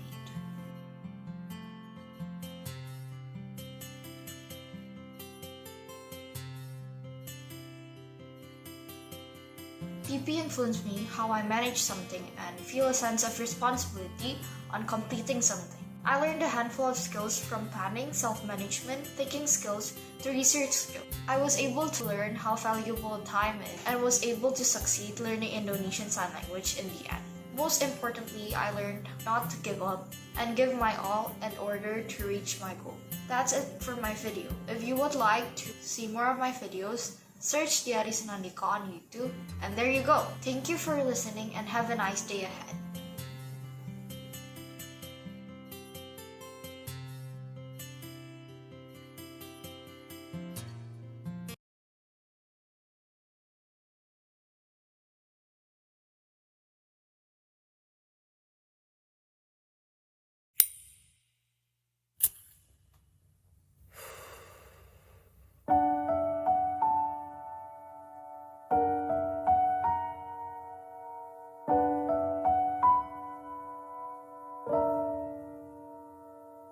Sudah di kepala dua,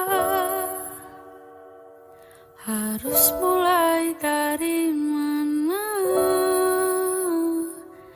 Ambisiku bergejolak, antusias tak karuan, banyak mimpi-mimpi yang kan ku kejar.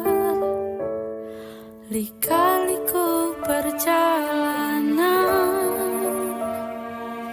ku terjebak sendirian, tumbuh dari kebaikan, bangkit dari kesalahan, berusaha pendamkan kenyataan bahwa takut tambah dewasa, takut aku kecewa, takut tak seindah yang kukira. Takut tambah dewasa, takut aku kecewa, takut tak sekuat yang kukira. Aku tetap bernafas, meski sering tercekat. Aku tetap bernafas, meski aku tak merasa bebas.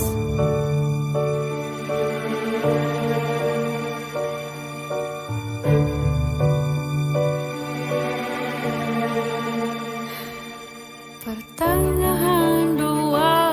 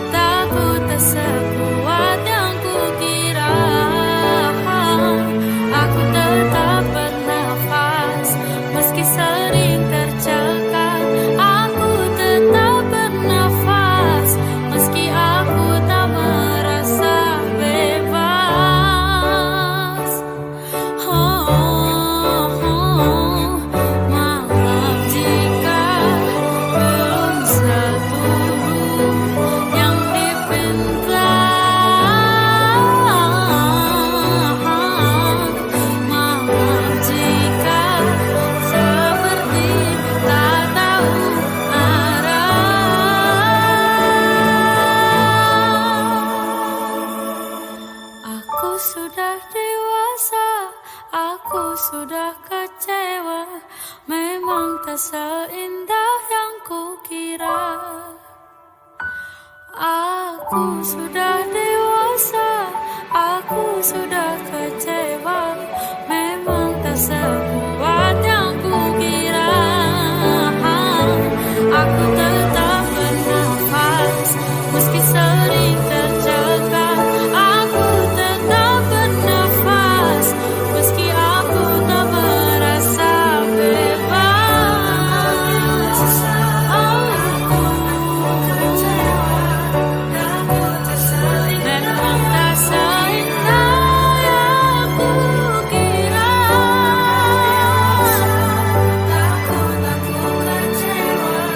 Memang tak sekuat yang kukira. Engkau tetap bernafas, meski sering tercekat. Engkau tetap bernafas, dan langkahmu kan terasa bebas. Dan hatimu kan terasa bebas. Dan jiwamu kan terasa bebas.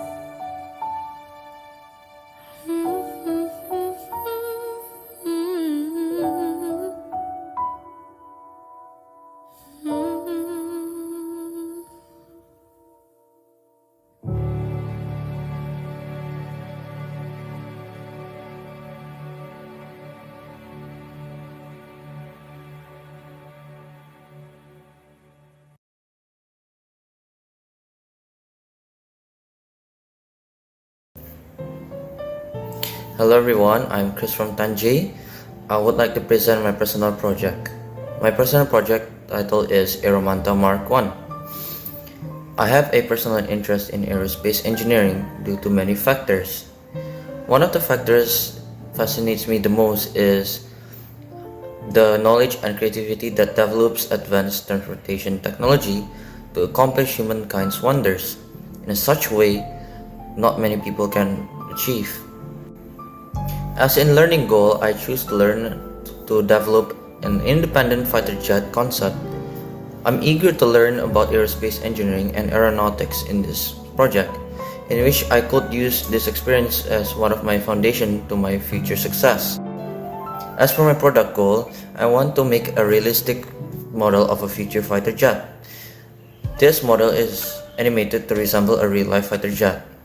Since I lack the knowledge to fully construct a real model of an aircraft, I decided to make an animation that implemented by my ideas. However, designing the model would only look boring and pointless. That is why I prefer to create an animation instead of just modeling. I have started this product from a sci-fi themed aircraft. After I was inspired to develop a realistic aircraft, I decided to pursue myself to understand the real-life fighter jet concept.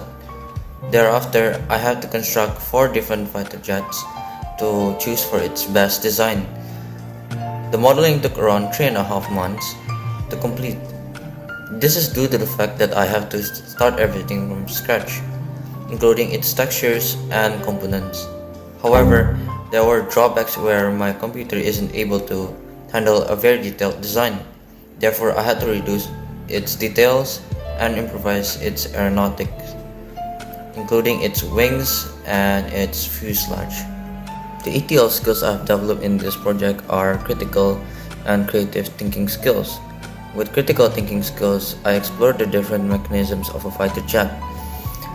I learned deeply about its movement and how the engine works in general, to able to convey a realistic model of a futuristic fighter jet. The creative thinking skills was reflected in a futuristic shape of a fighter jet that was inspired by a manta ray. The whole image of Aeromanta was actually a merging image of the manta ray with the aerodynamic shape of B-2 Spirit bomber with Sukhoi 57. This experience has built my confidence in applying my creativity and critical thinking skills. I had never been this excited to learn more about the application of maths and physics behind technological development. This gave me an opportunity to take a first step to pursue my dream. To wrap this up, I would like to present my product, which is a short animation of my fighter jet. I hope you enjoy it.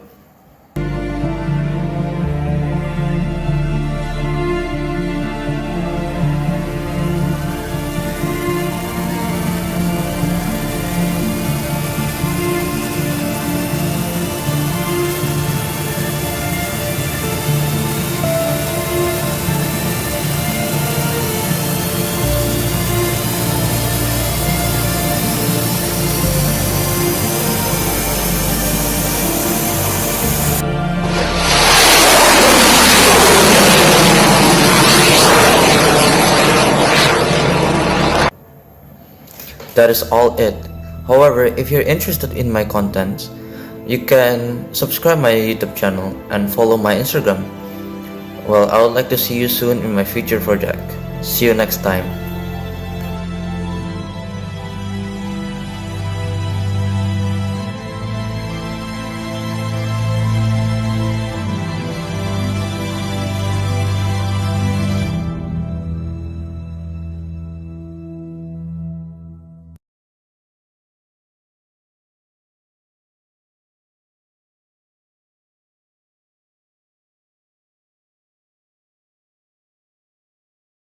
Hello everyone, my name is Oscar from 10W.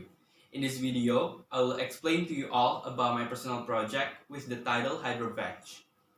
The product that I chose for this project is all based on my personal interest. I have two personal interests. The first one is collecting plants, and the second one is my old or childhood hobby, which is assembling, where I collect Lego. I like to collect plants in April 2020 during the beginning of the pandemic. It all started when I feel bored and decide to help my mom by taking care of her plants. After discovering my personal interest, I started brainstorming about the product that I could make and had something to do with both of my personal interests. My learning goal is that I can make hydroponics by myself. The reason why I chose hydroponic as my product is to anticipate when the price of vegetables at the market is expensive. And I also want to learn about growing vegetables using the hydroponic method. Aside from that, I want to help my mom so she won't spend much money on groceries. So instead of going to the grocery store, she could just pick the vegetables from our own garden. There are only 3 materials needed to make my product. The materials are plastic bottle, soil, and the seed you want to grow.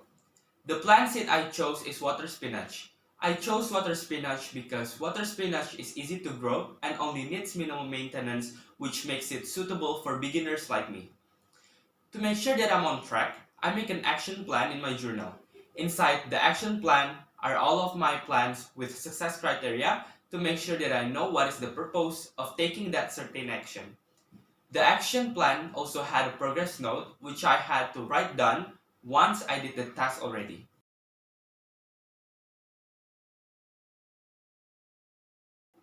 Next, I will explain the ATL skills I used throughout the project for the past month. The first one is research skills. This skill helped me when it comes to making the product. For me to make the product, I need to research it first before making it so I can have information about it. This skill has an important role during the process because by researching, I gain lots of information whether it's about the product or not. The second skill is thinking skill. This skill also has an important role during the process because when it comes to making my product, I found some problems where I need to use my critical and creative skills to solve the challenges or problems I face. And the third one, which is the last skill, is self-management skills. This skill is being used the whole time during the project. This skill has a role to help me stay on track and use my time wisely. This helps me a lot to achieve the product because time management is the key in this project. Although sometimes I can keep up, in the end I can reach it.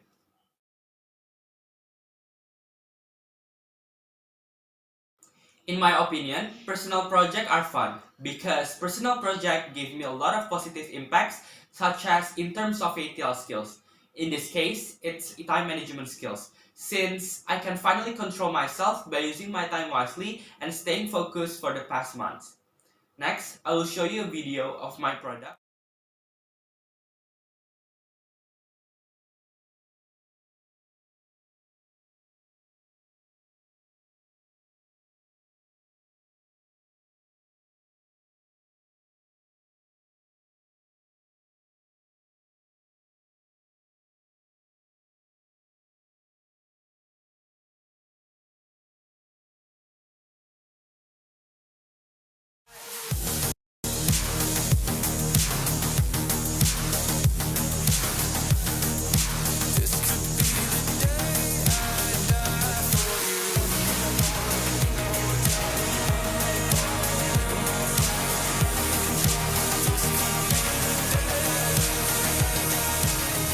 Hello everyone, my name is Cars Theodora and I am from the class of 10J. In this video, I'll be sharing an explanation regarding my personal project titled V-Zine. Now this name is a combination between two words resonating with my project, which is Valorant and Design. And generally, personal projects are based on one's personal interests, which in my case lies in fashion, designing, and video games.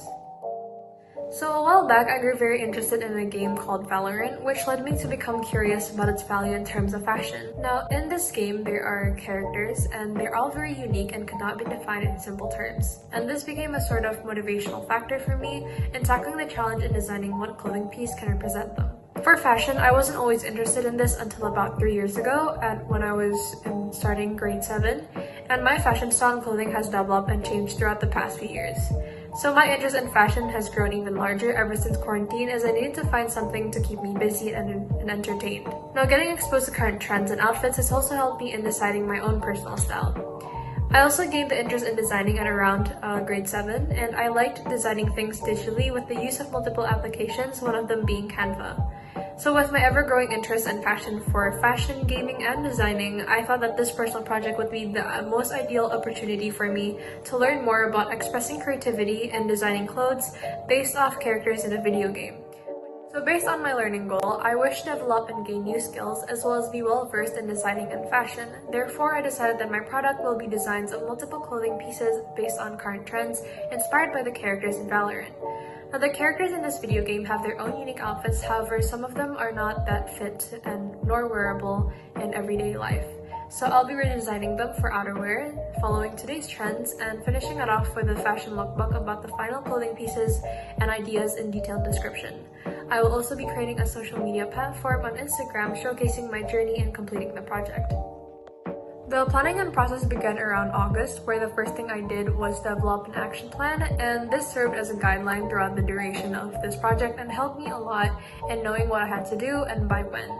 So I spent September working on finding inspiration for my clothing designs and forming them into mood boards. October was when I started my Instagram account, and around mid-October to November was when I focused on completing the 5 designs alongside updating the Instagram account. Last but not least was December, where I spent it on completing the lookbook and finalizing my products, as well as asking for feedback through surveys.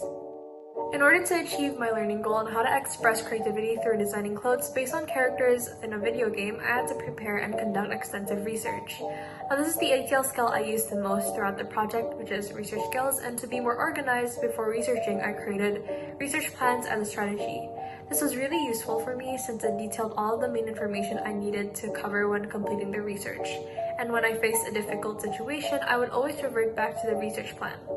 It went fairly well in terms of the research itself, and there were several sources of information available, including both primary and secondary sources. Primary research is information that I gathered on my own, such as the development of a questionnaire, and secondary research refers to the materials or websites that I discovered online that proved to be really useful. I would go on a variety of websites, blogs, interview responses, and so on. Depending on what I'm searching for, the content differs, and so do the tips and tricks, as I have 3 products. Now, this was conducted to help me achieve my learning goal, as it helped me understand designing in a more professional view, and my learning objective was to express creativity through designing clothes based on characters in a video game, and I believe that the research I conducted provided with a solution to that issue, as well as equipped me to build my product. This personal project has given me the opportunity to explore my passion in a deeper level and was a great learning experience. It challenged me in different ways, including the handling of a long-term project along with continuous school tasks. All in all, this project is something I deem positive as it helped me grow as a person, and I'm able to look back and reflect on my products I made myself and feel proud of it. Here are pictures and videos of my product.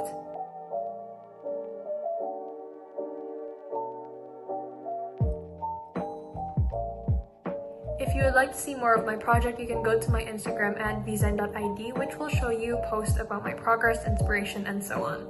The online lookbook can also be found in my bio and Instagram in the form of a link. Thank you for listening and have a nice day.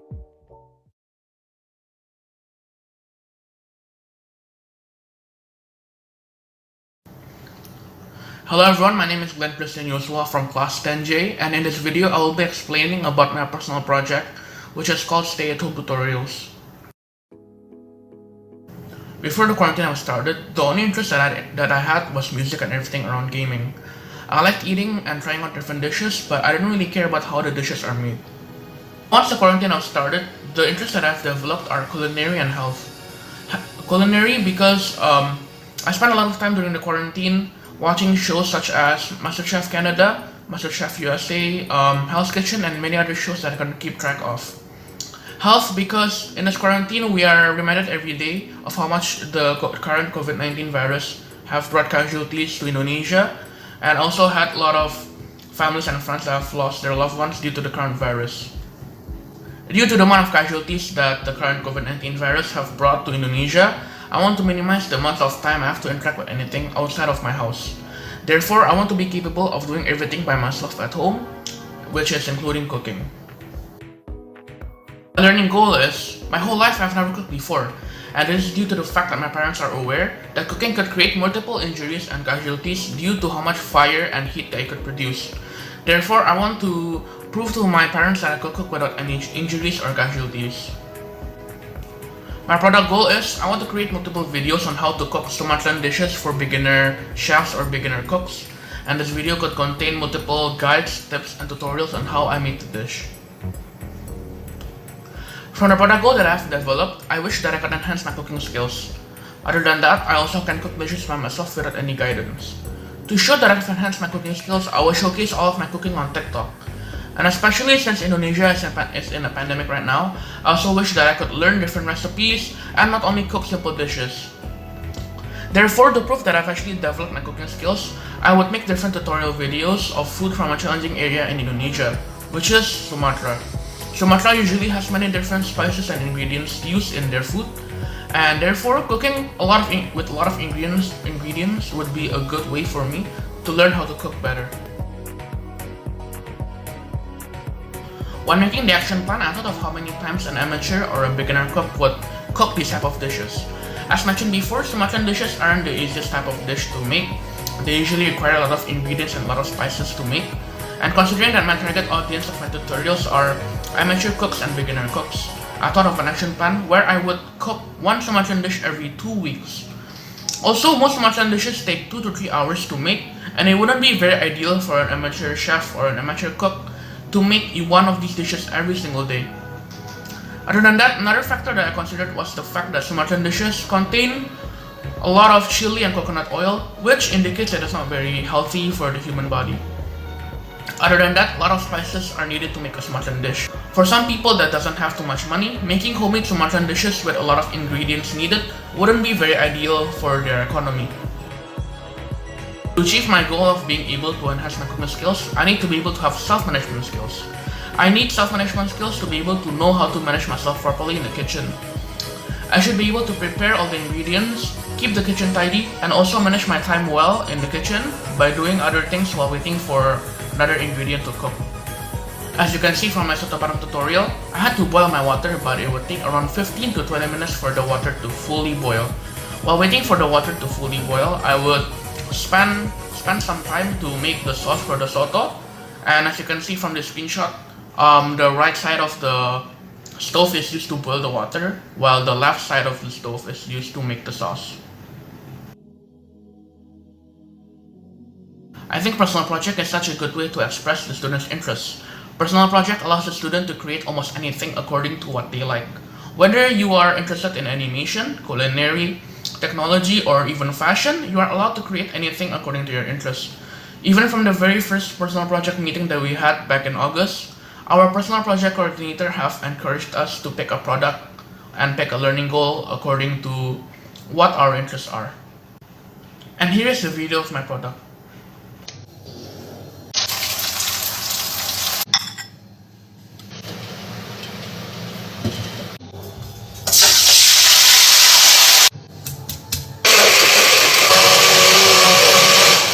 If you would like to see my smart trending tutorials, you can just go on TikTok and search for Glenn.Joshua, and you should be able to find my profile, which looks like this.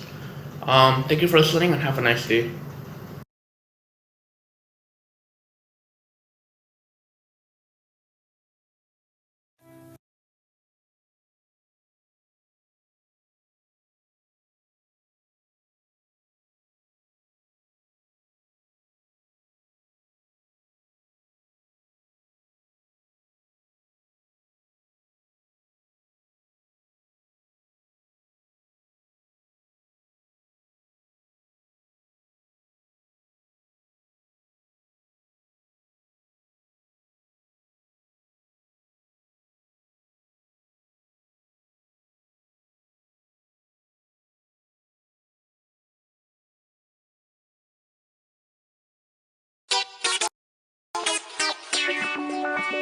Hello everyone!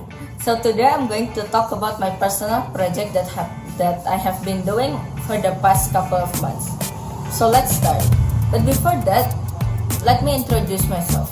Hi, my name is Keze Ongko and I'm currently a grade 10 student of Tunas Muda School.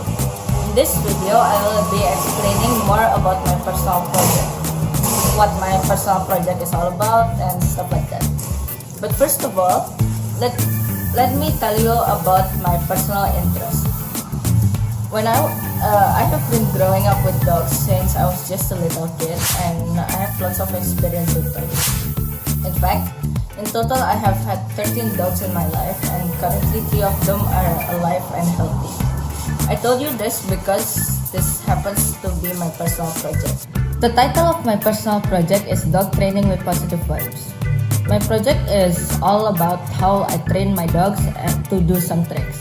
This project is aimed to educate people to use positive reinforcements to train their dogs and not by punishing them. I want people to have better understanding of how to treat their dogs nicely, especially for a first-time dog owner. This is Poppy. When she is just 4 months old, I taught her her first trick, which is sit. She is at a good age to start learning tricks and simple commands. I've been teaching her to sit, shake hands, spin, stand, and other things. And while I was teaching Poppy, I have been creating video contents on YouTube about how I train my dog and showing how I use positive reinforcements. Before making my product, I started by planning for my product. I made a rubric specification and a criteria for my product, which helps me to know what the appearance of my product should look like. For example, the aesthetics. The video should be high quality and the video should be more than 1 minute. I also made an action plan as a guide to help me make sure I upload all my videos on time before the submission date. After I made the action plan, I straight away started filming me teaching my dog to do all those tricks. And it didn't take long until she can do all the tricks. But of course, I teach her the tricks one by one so that she doesn't get confused. After that, I went on YouTube to create a YouTube channel called Dog Training with Positive Vibes and started posting the videos. So now I'm going to be explaining the 8KL skills that I developed throughout this project. During the course of this personal project, I developed the 8KL skills such as thinking skills and communication skills. I developed the thinking skills when I have to think on how I can teach Poppy the tricks while motivating her. My second skill that I developed is communication skills. This skill appeared when I communicated with Poppy by saying things like good girl or good Poppy. I did this because it can boost the dog's confidence in doing the tricks. It also appeared when I communicated to her by doing the hand movement to tell Poppy and to remember a certain trick. So that's all I have for you today. I hope you like my personal project.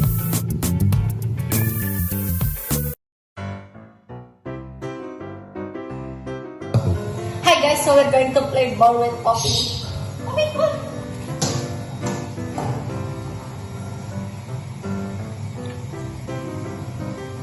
Ball, Poppy!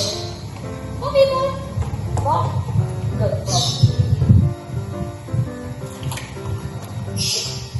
Lagi? Ball!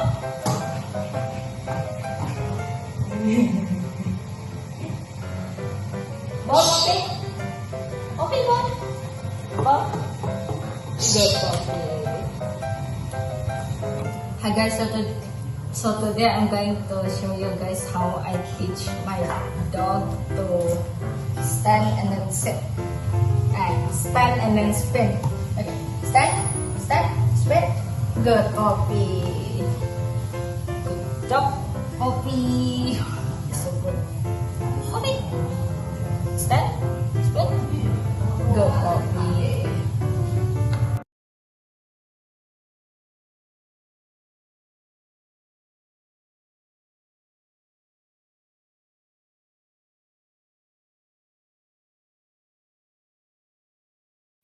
Hi everyone, my name is Nadina Johan from class 10W, and in this video I'm going to be explaining about my personal project with the title of Chinese True Movies.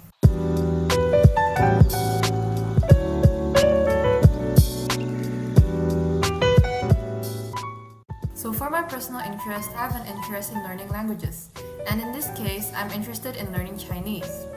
This is because through language learning, I get to discover new cultures, communicate with new people, and read books and watch movies in my target language without the help of subtitles. I've been learning Chinese since I was in primary school, but since no one in my environment speaks Chinese, it has never really improved over time. For my learning and product goal, since my weakest skill in Chinese is my speaking skill, so for that reason, I decided to use this opportunity to improve my Chinese speaking skill. Since my learning goal is to improve my speaking skill, therefore, my product is a video where I'll be speaking in Chinese. When considering what I'll be speaking about, I considered a few options but decided to talk about something I do during my leisure time, which is watching movies. Since this personal project is done outside of school hours, I just want to make sure that the process would be enjoyable to prevent myself from procrastinating. So for my final product goal, I'm going to be making videos that explain the plot of a Chinese movie. Each video will be uploaded to YouTube. So for the planning process, before actually making the product, I had to create an action plan where I list down the things I need to get done and the deadlines in order to complete the product. My action plan consisted of searching for a movie, writing a script, recording myself speaking, and editing the video. Then I uploaded all the videos to YouTube. As for the EDL skills I developed over this project, the first skill is my communication skill. In order to achieve my learning goal of understanding how to use Chinese to express my ideas and thoughts, I utilized my communication skill the most. Starting from the script of the video until the video editing process, I had to continuously communicate my ideas using both English and Chinese. Other than the script writing process, I also used my communication skill when I recorded myself speaking according to the script. I practiced my Chinese communication and speaking skills as I had to speak with accurate intonations and pronunciations. I also learned how to speak in a compelling way, where I have to include the emotions based on what I'm talking about. The second skill that I developed is the self-management skill. So in order to submit the product on time, I used the skill when I created the action plan, where I need to organize and plan ahead. Not only that, I also used the skill to follow the action plan and make sure I'm not behind the schedule. However, I also faced some challenges with this skill, where I didn't fulfill my initial plan of making 3 videos and ended up only making 2. This was because some parts of the project went longer than expected, especially the recording part. So what are some opinions I have about this personal project? So overall, this personal project allowed me to spend more time learning about what I'm passionate about, and improve my skills.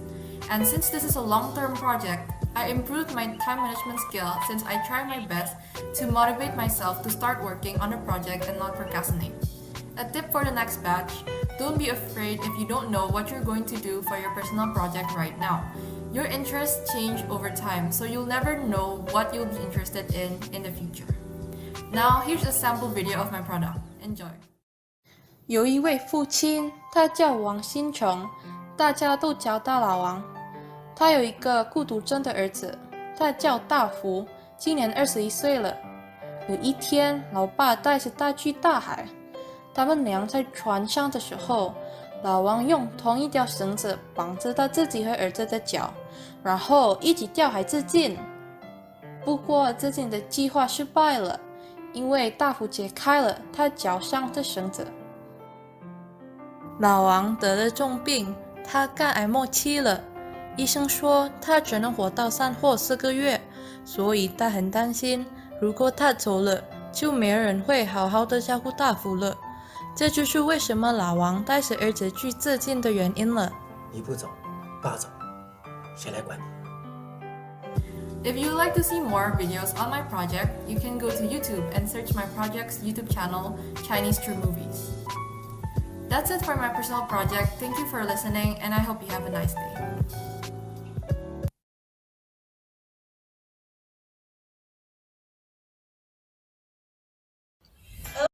Hello everyone, my name is Sarfina Vandra from Class 10W. In this video, I will be explaining about my personal project called Antidote. When choosing a topic for my personal project, without hesitation, I knew what I wanted to do. Through a website I coded in MYP3, I realized that I truly enjoy coding and seeing my website run as a result. Simultaneously, I've been using websites all my life and was always fascinated by the interaction between a website and users, and how a single website can be so intuitive and engaging for me. Although I have never coded a website which has a two-way interaction, I would love to see my website become something more than merely providing information. Thus, my learning goal would be to learn how to develop an interactive website through coding. After deliberating on various solutions, I've settled on teenage struggles as my topic. I've always been engrossed by the struggles teenagers face on a daily basis and have also observed both my peers and I struggle. Consequently, my product is an interactive website about teenage struggles. Before making my product, I created a product success criteria. I began by reviewing my product's purpose and then making some decisions about the parameters for which will be used to assess the product. When looking at the design specifications, I would see what I am capable of and set myself realistic standards, ensuring that the work I do will be of respectable quality. To achieve my product, I created two separate timelines for the project, one being a general plan and the second being a product-specific one, both combining a calendar, task, and to-do list.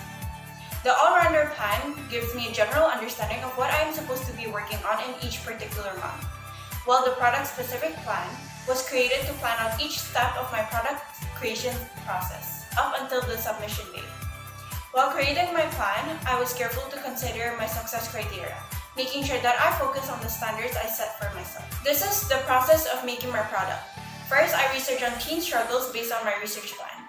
Second, I took HTML, CSS, and JavaScript online courses on solo learning. This enabled me to get a deeper understanding of all three programming languages which are essential in creating my website. Third, I searched different websites as a guide for me when making my own. This allowed me to gain a wider range of ideas and perspectives. Fourth, I coded my website aside from my quiz using HTML and CSS. This is because I found out that I needed to perform more research before coding my quiz as it is a challenging subject. Fifth, I searched for different JavaScript tutorials on YouTube, specifically how to create a quiz, and tried it in my free time. Sixth, I made all 6 questions as well as multiple choices for my quiz. And lastly, I coded my quiz using JavaScript and finished off my final product. In order to achieve my learning goal, I used my research skills so I had to conduct an adequate amount of research. I made a research plan that has complementary questions used as a guide of all the content I needed to cover. I would say that the actual research was well done because varying sources were used, including articles, videos, organization websites, and interview transcripts found online.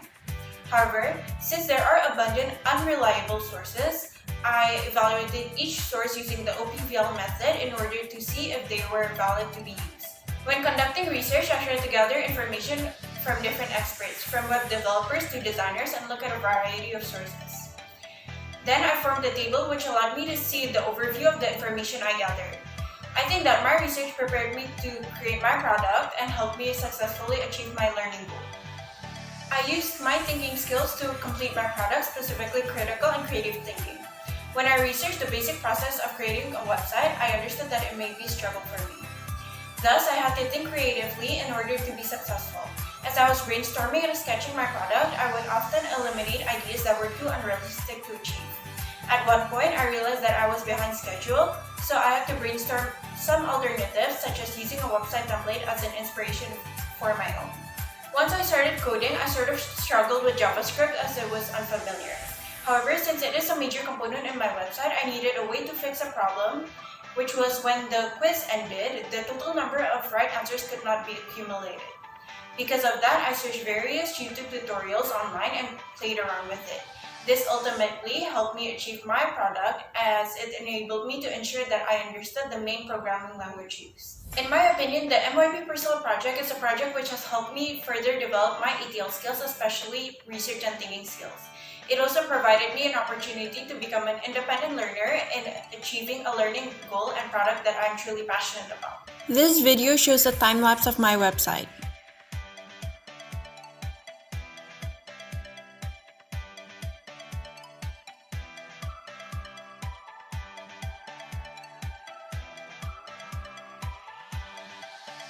Next, we have a short time-lapse of my quiz. Thank you for listening to my presentation. Have a wonderful day.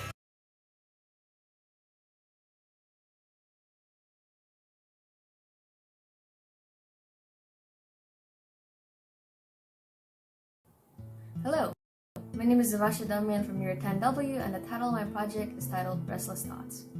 The idea of the project came from the fact that I like visualizing things in my head. I like visualizing pictures of ideas and concepts, and it just bothers me by the fact that they will forever just remain as ideas if I don't bring them out. It also fascinates me how people can visualize things differently.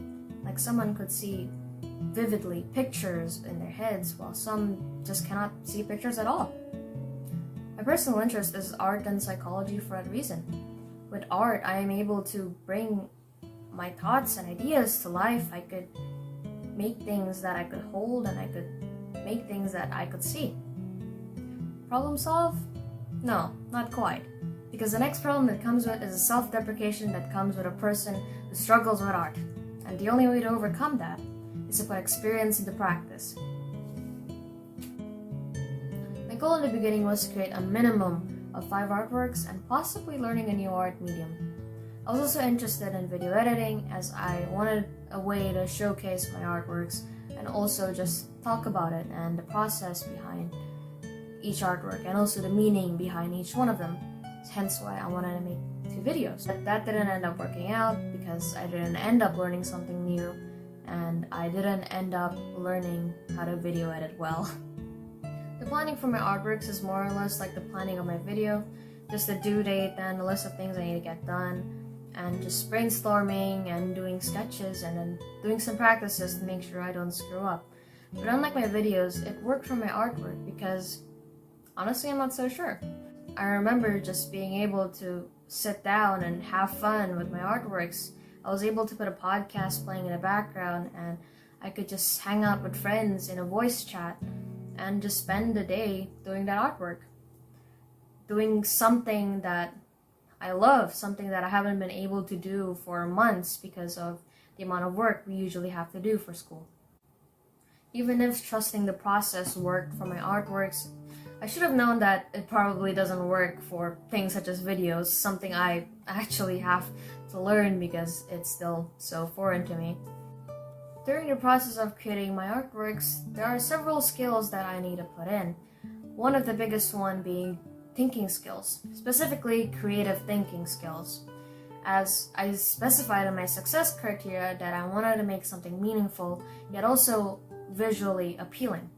One of the other ways I develop my thinking skills is by using the knowledge I've learned from my research and applying it to the problems that I encountered when making the artworks.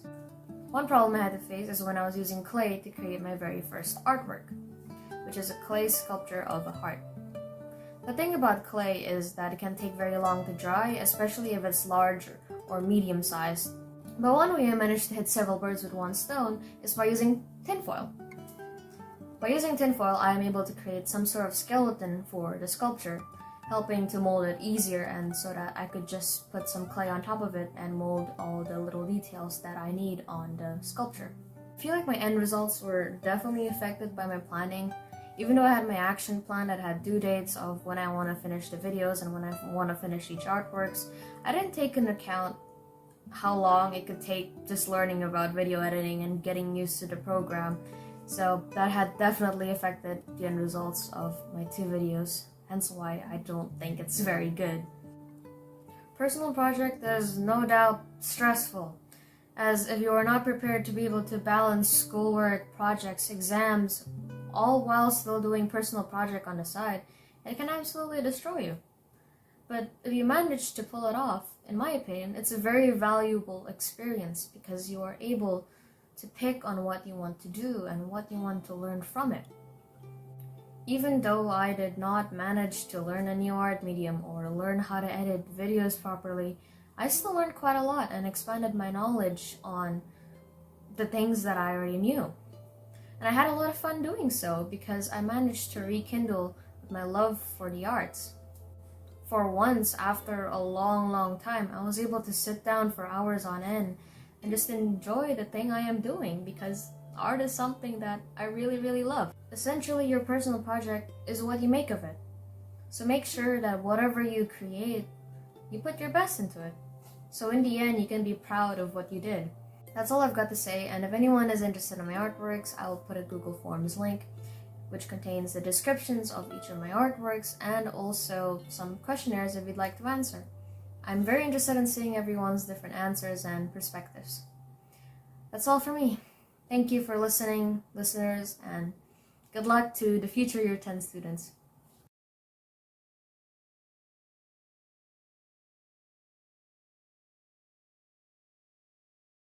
Greetings friends, my name is Brandon Erdian from the class 10P, and today I'll be discussing about my personal project, solar harnessing.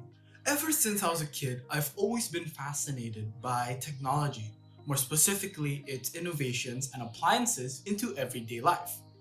I was also very interested in environmental studies. This is because children of my era were born in a world where human activities could damage the earth. This exposure led me to care more about the Earth's health and future. This is why my project combines both of my personal interests, in which I attempt to recreate and build my own solar harvesting module, otherwise known as a solar panel, that is both effective and does not damage the environment in any way.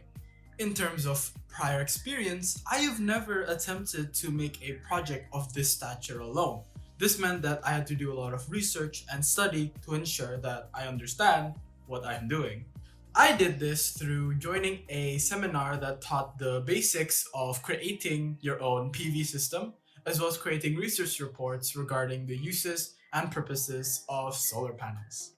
After learning how to create a solar panel, I then had to apply what I've learned. But before that, I made an action plan that is filled with deadlines and notes, so that I'll be able to mitigate procrastination and finish my work on time. There are certain steps to creating a solar panel. The first stage is the planning stage. This is when I started to create my basic circuit design to ease the process of building my panel, and it is also the stage when I started to order the materials needed to complete my project. Second step is the practice or testing stage. This is when I started to become more accustomed to the tools by practicing with them, and it is also the stage where I had to observe all of the materials to ensure that there are no defects before I start making my project. Third step is the soldering stage. At this step, it was when I started to use my soldering iron and solder tabbing wire onto all 40 individual solar cells. This is also one of the most difficult and time-consuming stages in my project. Fourth step is the construction stage. This is when I started to create the panel section of my solar panel through using a handsaw to cut the aluminum frame into specific measurements and then affixing the said frames onto the plexiglass. Fifth step is the assembly stage. This is when I started to solder the 40 individual solar cells by its tabbing wire to create multiple series. This is also the stage when I use a bus wire to connect all of the series together to create a really long series through soldering. Last step, the wiring stage. In this step, I had to solder a solar wire onto the positive and negative terminals of the solar panel and connect it to a DC to DC step-down transformer, which will regulate the voltage and is able to power any device such as phones, laptops, and power banks that is DC powered. The ATL skills that I developed the most throughout this project is my thinking skills. Though there are multiple sources and websites that aided me in my project, most of what I did was mostly credited towards my own abilities. This project helped me develop my creative and critical thinking skills. This is because I use these skills to help overcome obstacles and challenges that I faced throughout my personal project.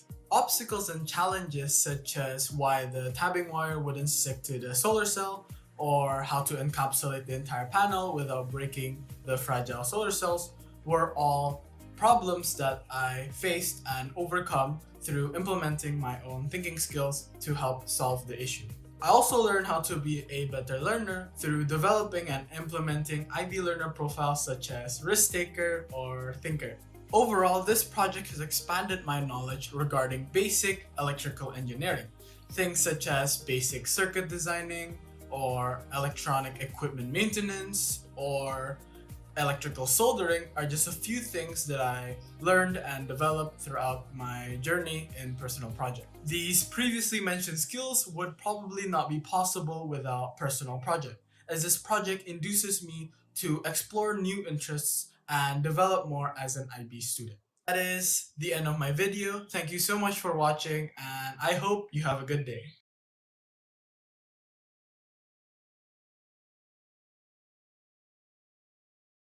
Hi everyone, my name is Leticia from class 10P. In this video, I am going to be explaining about my personal project with the title, The Mindful Mind.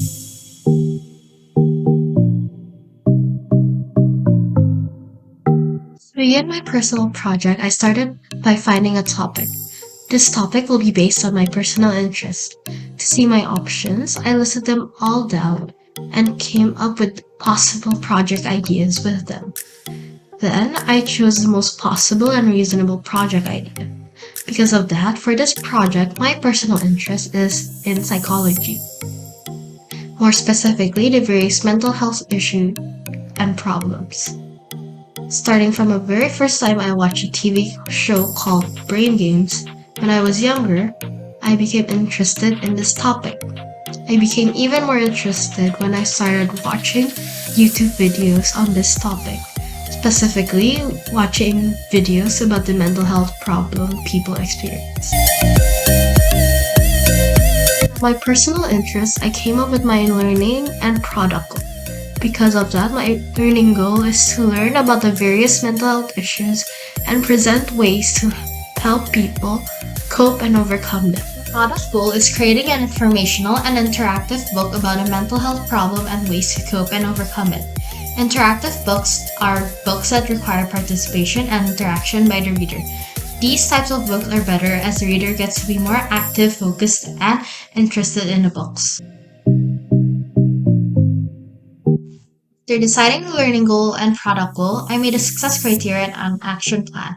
I researched the aesthetic and the size of a product. I also created a function for my product. I summarized it and put it all into one table. This will be the deciding factor to see if the product is a success or fail. Next, I made an action plan.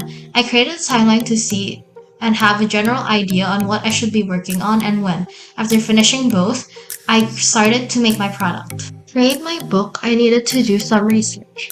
As I did not know what I wanted to have in my book, I did not know what I have to research. Because of that, my first step is to create an outline of the book. From the outline, I now know what I should be researching. Therefore, I started my research. I compile all the information into one document. As the information is still messed up and unorganized, the next step is to organize this information. I turn my research into lines that I'll be using in my book. After I'm done with that, I started to design my book. As this is an interactive book, it included a variety of different activities, all of which I needed to design. I spent the next month or so designing and finishing my book. Last step is to sell my book. I ended up selling my book to 4 different teams of different ages.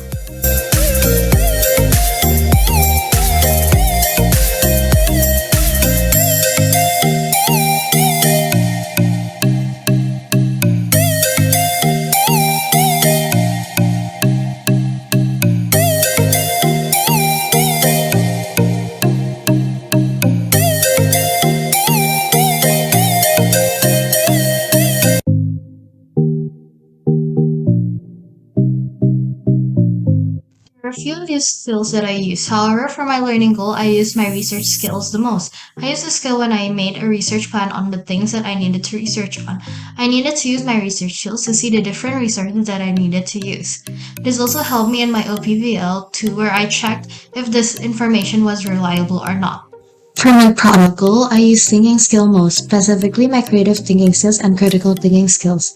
I use my creative thinking skills throughout the process of making the book. I came up with ideas to make the book better in its function and look. I used my critical thinking skills when I needed to brainstorm ideas and solutions so that I could finish the product on time. Personal project allowed me to further my knowledge on a topic that I am interested in. This really helped me as I got to learn new things while enjoying doing it. Not only that, I also learned the value and importance of planning my project. As this project is a long-term project, I needed to plan it well. And this product helped me learn the importance of planning. PP taught me how to manage my time and how to deal with the problems I face along the way.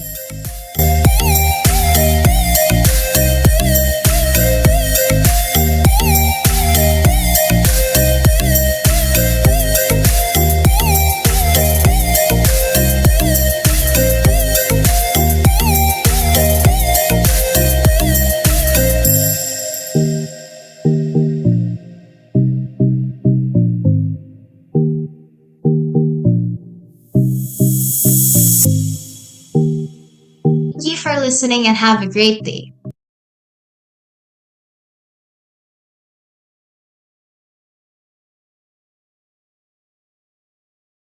Hi everyone.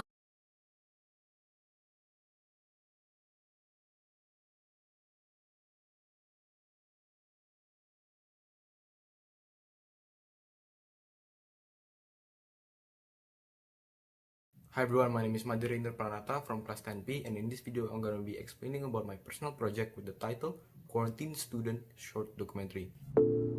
Since my project is heavily related to my personal interest, I need to inform to you what exactly is my personal interest first and foremost. So to continue, my personal interest is videography. I have enjoyed creating videos since I was in the 4th grade of elementary. This interest started because of watching YouTube. I was inspired by how YouTubers created their videos back then with clean and stunning edits in their videos. I started out creating YouTube videos for a YouTube channel I created in elementary school. Since I entered at secondary, I began to take videography more seriously.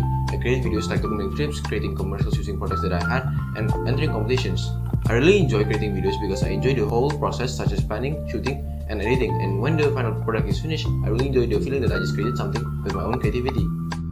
For my personal project, I've chosen to make a short documentary about my cousin's experience in online learning. As to why I've chosen to create a story about my cousin, it is because I observed that his experience in online learning since the pandemic has been tougher than mine. Therefore, I feel like I could extract a better story from him. My learning goal for my short documentary product is to learn on how to design and shoot a short documentary.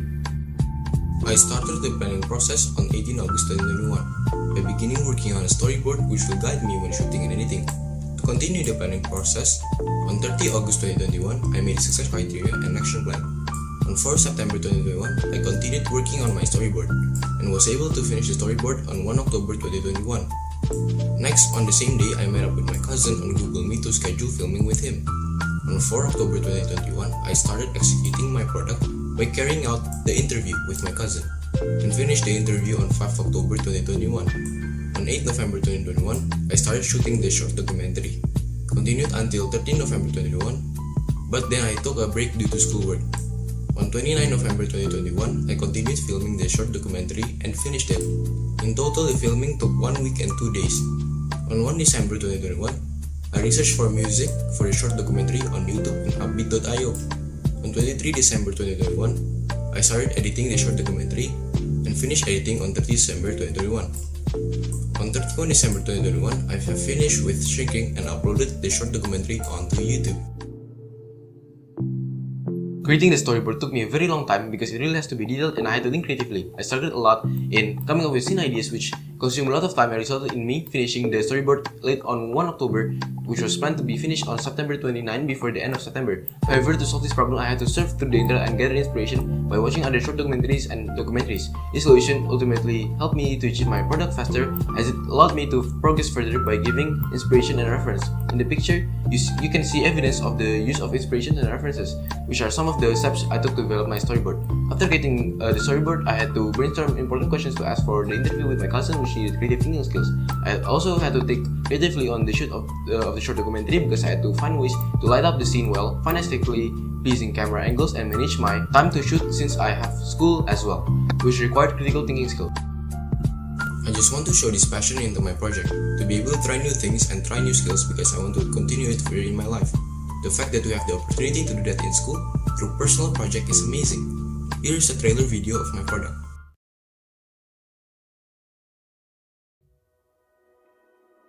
Saya khawatir apa yang akan terjadi di masa depan jika tidak memahami banyak materi di masa SMA saya. Karena saya tahu bahwa pelajaran atau pendidikan itu penting untuk masa depan saya. Saya lebih suka belajar offline. Kebetulan di sekolah saya, sistem pembelajarannya kurang teratur. Sering sekali saya diberikan tugas tanpa diberikan penjelasan. Bagi saya, itulah cara mengajar yang kurang efektif.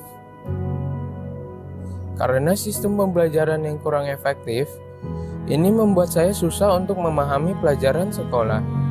Maka dengan itu, saya menjadi khawatir dan cemas untuk nilai-nilai pelajaran saya. Meskipun tidak mudah, saya akan tetap kuat dan terus berjuang.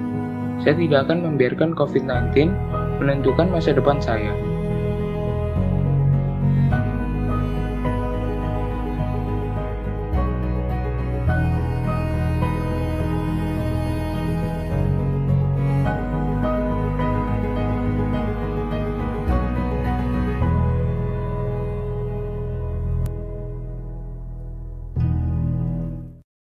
If you would like to see the full short documentary, you can go to my YouTube channel. Thank you for listening and have a nice day.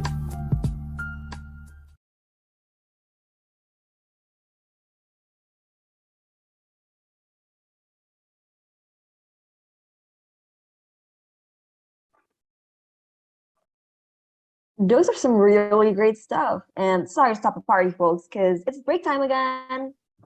See you all in 20 minutes.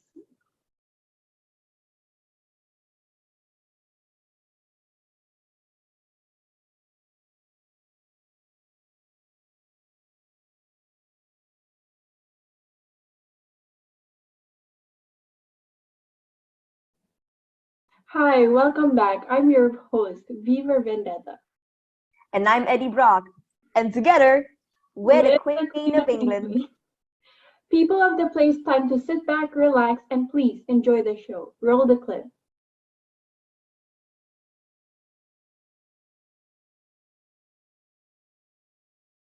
Ryan Haken-Wijaya from Class 10J, and in this video, I'll be explaining about my personal project titled Tally. The project begins by deciding on what I want to do, and this is done by listing down the personal interests I currently have. The first interest that caught my mind was psychology, as it is a new subject introduced at year 10, and I am fascinated by its concept of understanding people's emotions and behavior, followed by the reaction people give because of it. From knowing what my interests are, I could then use it to finalize both my learning and product goal for this project. For my learning goal, I would like to be able to express my psychological thoughts through writing, as it is part of my personal interest, and also because I like having my thoughts being written and then vocalized. As for my product goal, I would want to create a psychological fictional book with the function of it being to entertain the readers, while also giving them something to relate to. Before I started making the actual product, I prepared the criteria and materials that I would follow throughout the process. These would include the tools I use, the research gathered, and lastly, the expectations I have to meet. After going through all of it, I began creating my product. By listing down the activities I will do beforehand, I have a schedule that will keep me track on what I must be doing, followed by the time I have to complete it. The first thing I did was create and establish the plot of the story. This was simple as I followed the main premise of my product goal. Next was creating the cover, which was done by using Canva. Onto the writing itself, by using both gathered information and the basis, followed by a lot of time and effort, I was able to accomplish it with some difficulties being faced, which are my exposition not going the way I expected it to be, and my overall mood sometimes being either lazy or unmotivated. Eventually, I was able to finish it, and before submitting it, I published it onto Wattpad and got my friends to review it through a questionnaire to see their overall thoughts on my final product. For the duration of the project, there are multiple ATL skills that I have used, with the ones being the most are communication and thinking skills. Communication was really important as interacting with both my supervisor and people around me helped think of the best action I should take, as well as the best decision for me to choose. And thinking skills was also playing a significant role, as I always have to constantly think of what I want my storyline to be like and how I want it to entertain and show its message to the audience reading it. Now, before showcasing my final product, a question will be answered about my thoughts of the personal project as a whole. To put it simply, I believe that everyone should at least partake in this at least once. Throughout my time in the personal project, I'm able to understand myself more than anything else, as I'm able to focus solely on my interest and passion, as well as increase my skills in them. Additionally, I'm able to think of what I want to do in the future, as it widens both my potential and possibilities for them. With that all of the way, here's a short video of my final product.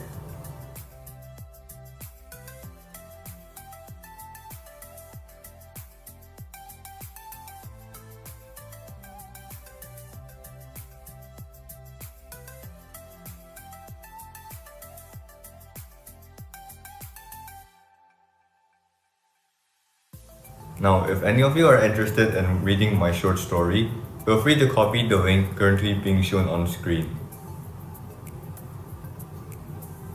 Thank you for listening to my video and have a great day.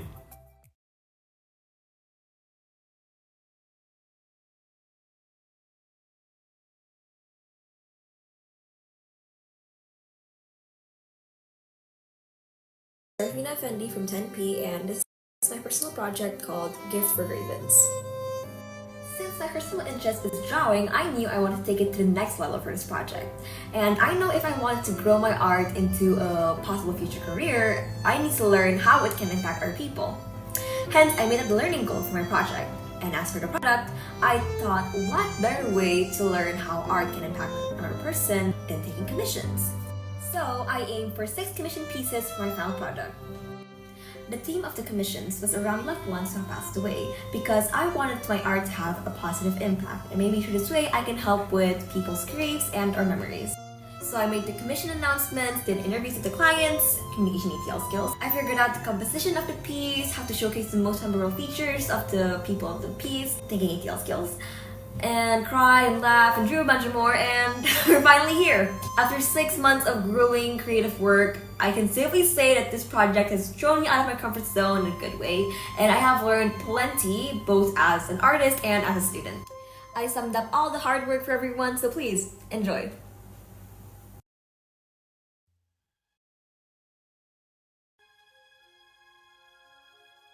I don't know much about her since she only stayed in my life for 4 years. But I didn't properly grieve that year or those childhood memories. I didn't properly grieve, and if I could, I will talk to her if I have a chance. But yeah.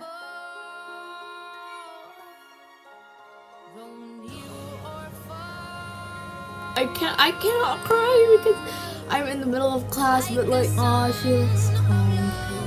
Thank you so much.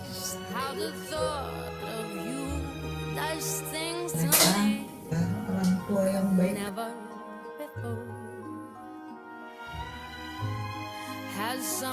Perasaan Oma ketika mereka meninggal gimana? Buka yang teramat dalam ya.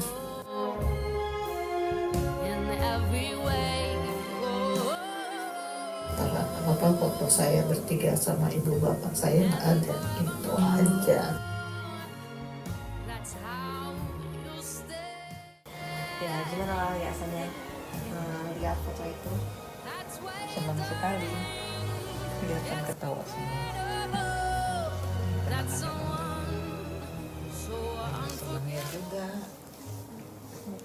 Ada senangnya juga.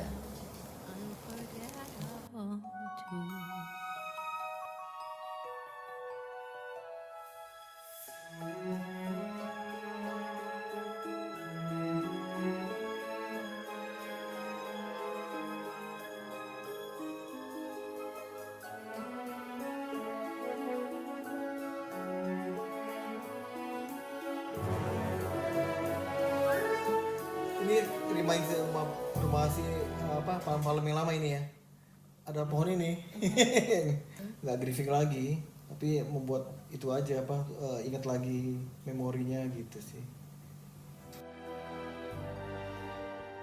And I know she's just a dog. She can't talk and she's not even a person. If you're so close to something that can't even talk, it implies that there's a deeper connection than just words. Maybe closure in a way, because I don't know, but I think it will. Oh my gosh, no way. You got my dog so perfect. Is this in Paris? Oh my gosh, it is Paris. Oh, this is like so personal. This is so cute. I love it. Thank you. I want to see me captured with my hamster in a painting together. Third is because I miss him. I think I will remember my hamster more karena since I got a cat, I literally forgot I had a hamster dan dia udah mati.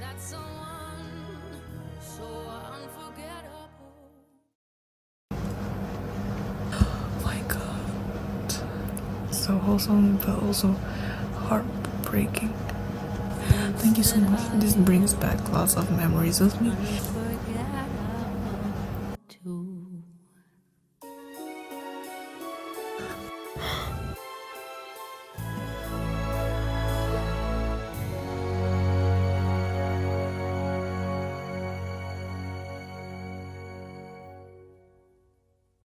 Special thanks to Boris Mati, Max, Tante Ika, Mr. Agus, Mads, and Kai. Thank you for watching!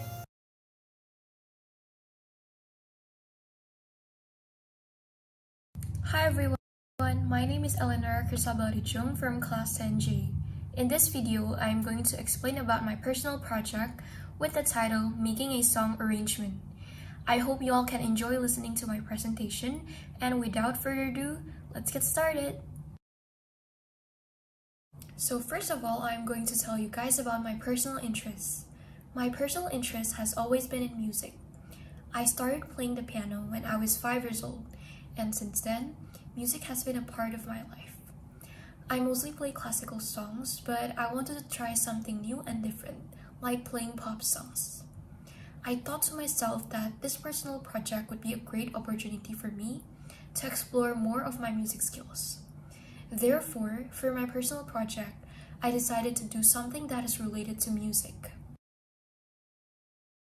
After several different ideas and considerations, I finally determined that my learning goal was to learn how to arrange a song with only the piano, since it is also the main music instrument that I play. However, to make it more challenging, I decided to write the music score on a software so that I could look back and remember on what I have arranged. On the other hand, as I would like to learn how to play pop songs, I felt that this would be the chance for me to learn. I then chose a pop song that I wanted to arrange. Hence, my product goal was a pop song arrangement. Before I started making the product, I made an action plan table and product success criteria.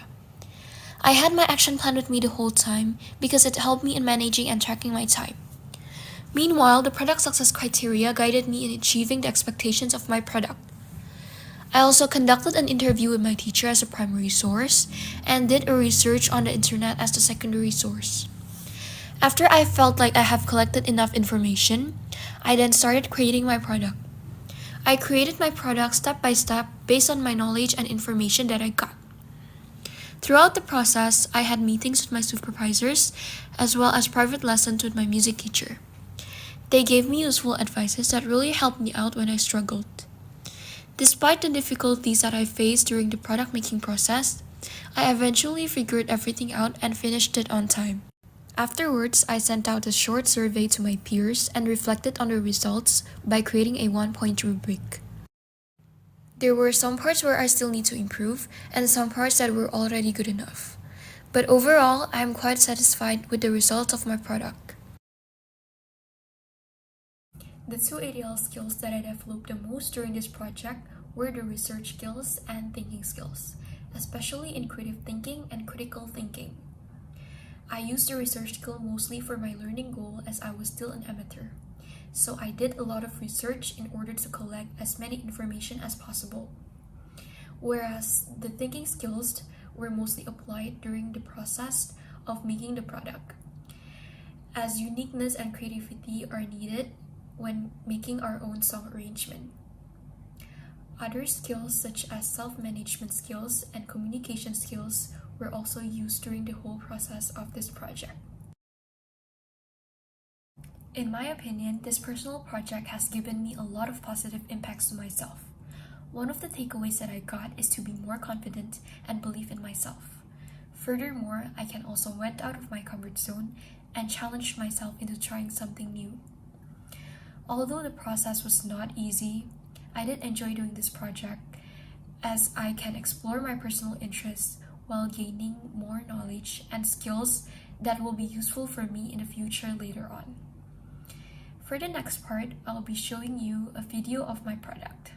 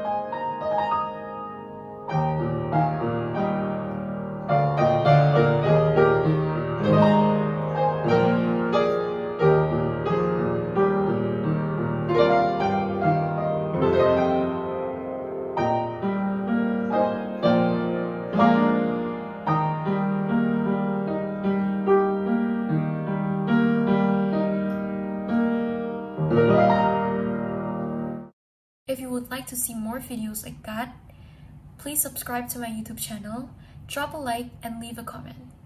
That's all from me. Thank you for listening and have a nice day.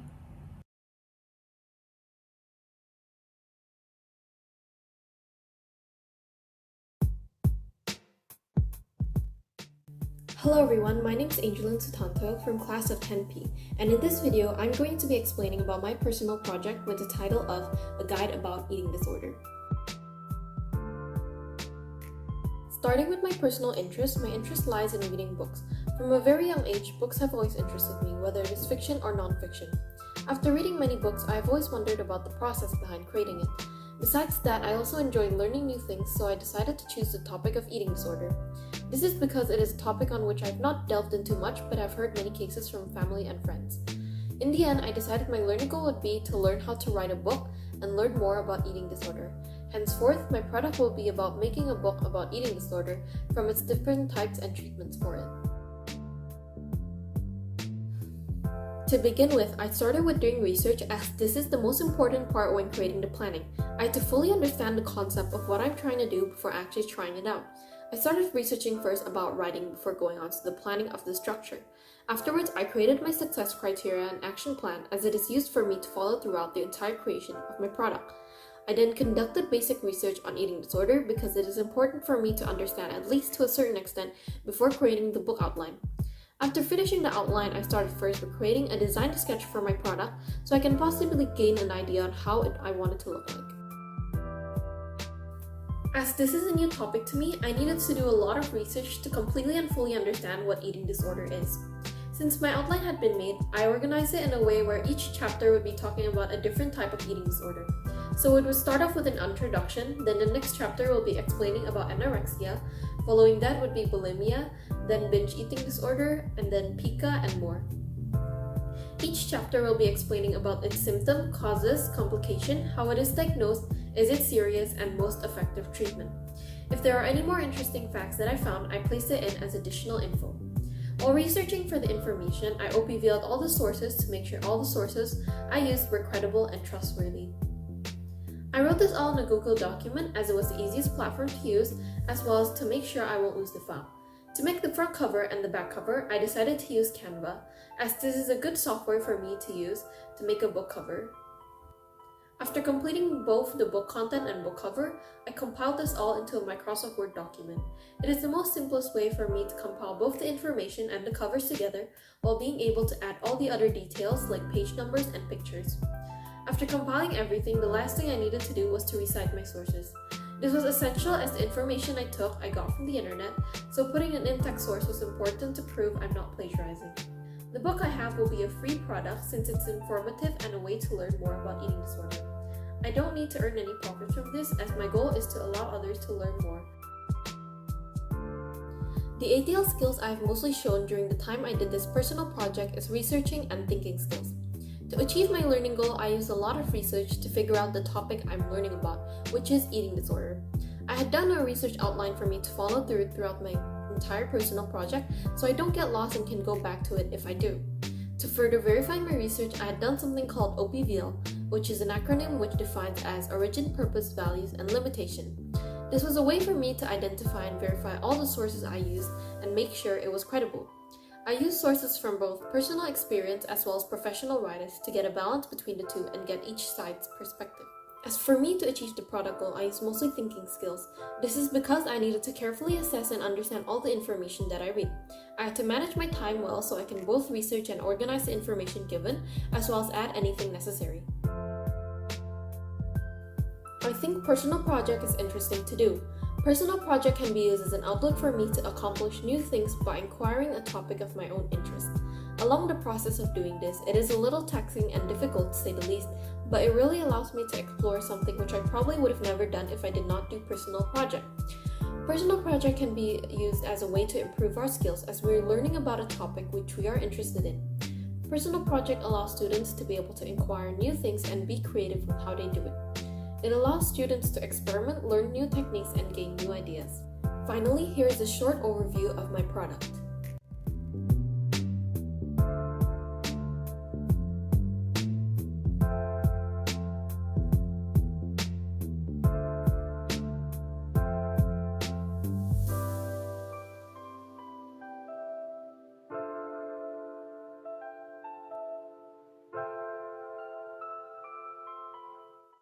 Thank you for listening and have a nice day.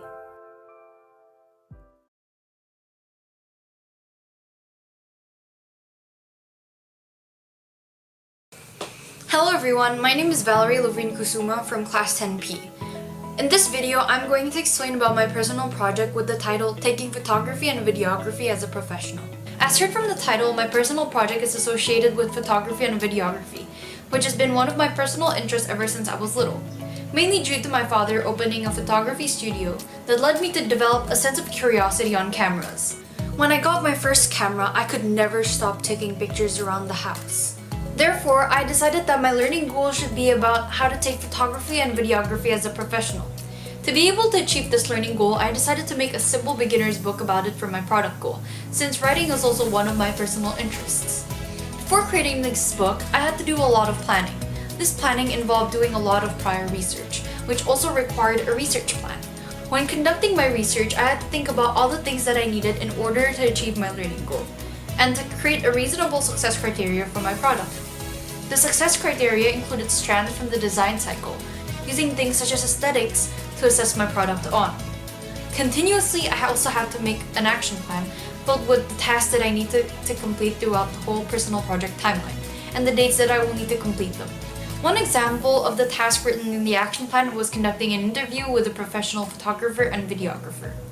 Now that the planning stage is done, it is time to start with the applying skills stage. I first started this stage by creating a book outline, outlining every chapter of the book, its contents, and more. However, I then had to change it in order to make it fit better with the book, due to complications faced during the content making process. I had some issues with the contents in each chapter, due to it being too broad. This is where the ATL skills came in handy, more specifically thinking skills, since I thought that it would be much better if I decided to change the chapters of the book to make it more practical for me and the readers. Next, I created sketches for my book and compared each one of them to see which one was more fitting. After I finished with all of that, it was time to start with the contents of the book. Finally, I started doing this by writing all the information I know about the topics in the first chapter. Then if I needed to add more information, I would conduct more research, which was where I developed another ATL skill, more specifically, research skills, since I had to figure out which sources were reliable, using the OPVL method, which incredibly helped. This continued until all chapters of the book were completed. Consequently, I took some pictures in order to further explain the steps. However, some of the pictures taken were old, due to the pandemic not allowing me to venture outside in nice places to take pictures. Therefore, I just had to make do with the things located in my house. Moreover, I also took some videos which could be accessed using the QR codes located throughout the book, which also required me to be creative and use my thinking skills. I had to create makeshift subjects using toys and other household items, and create my own equipment using books as a camera track.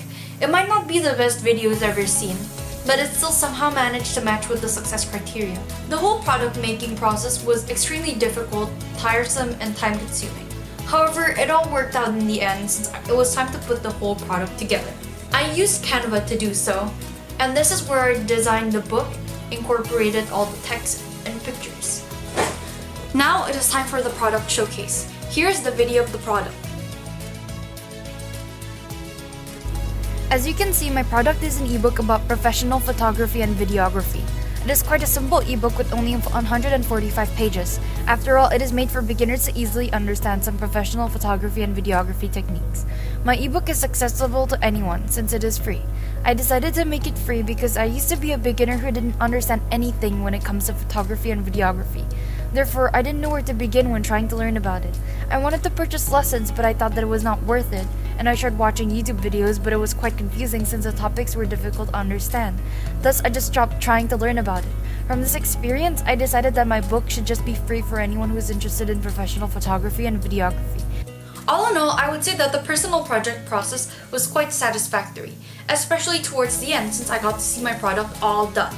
Even with all the ups and downs I faced, I still managed to push through it till the end and be finished with all the tasks needed to complete. Throughout the process, I got to learn more about my interests and have more experience regarding it. Therefore, it was a great way for me to motivate myself to try and pursue my interests, which will be very beneficial for me in the future. Not only that, but it also encouraged me to become a more principled learner and helped me develop important skills. Anyways, that is all that I have for you today. If you would like to see more about my project, check out this link, Or you could visit my YouTube channel at Guide to Photography and Videography, or Instagram at Guide to Video and Photography. Thank you for listening and have a nice day.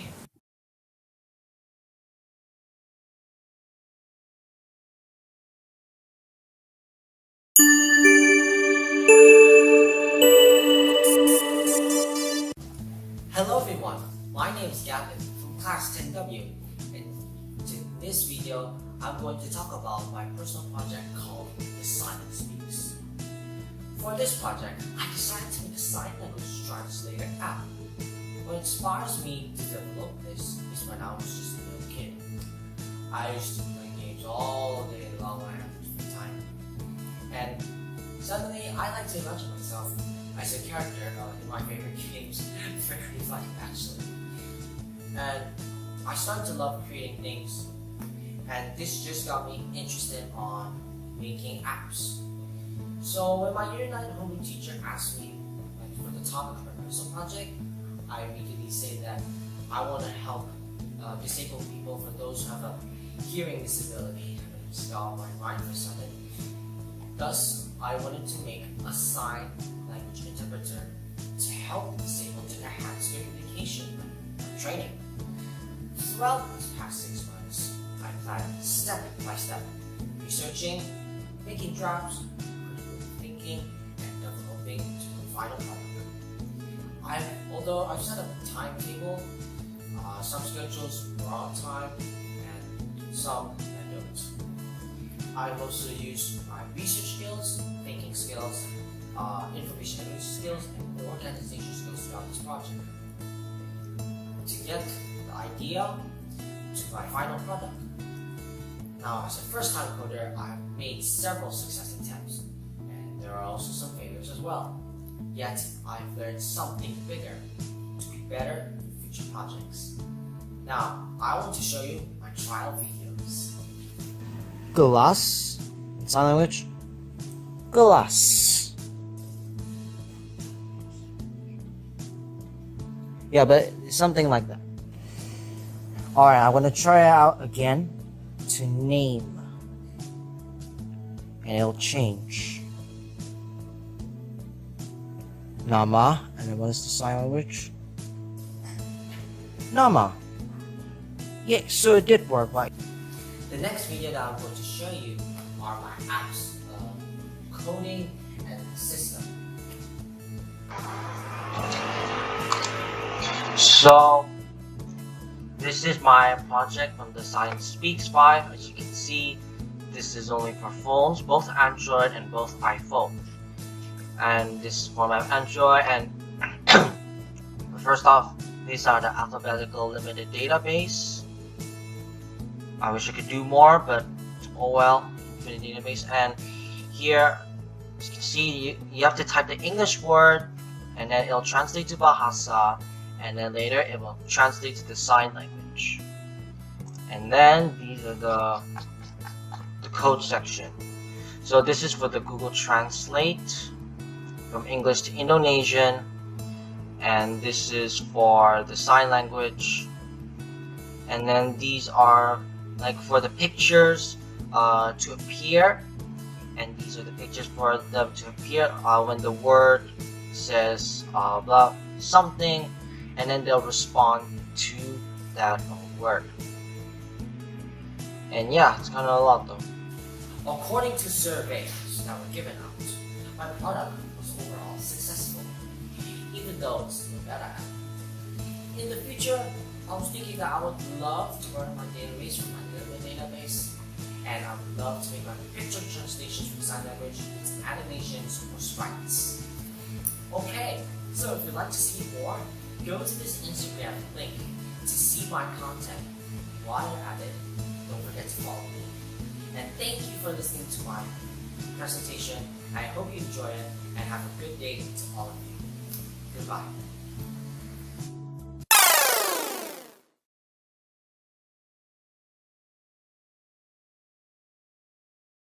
Hi, my name is Arjuna Cardinal from Class 10P, and in this video I'll be explaining about my personal project, making an EP.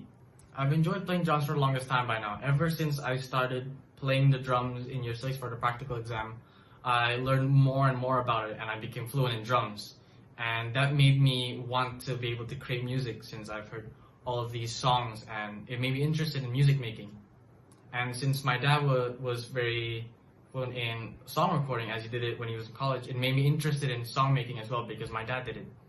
And so I wanted to do that for the personal project. I thought it would be a good idea to do that for a personal project, as I was passionate in song making and I had the resources.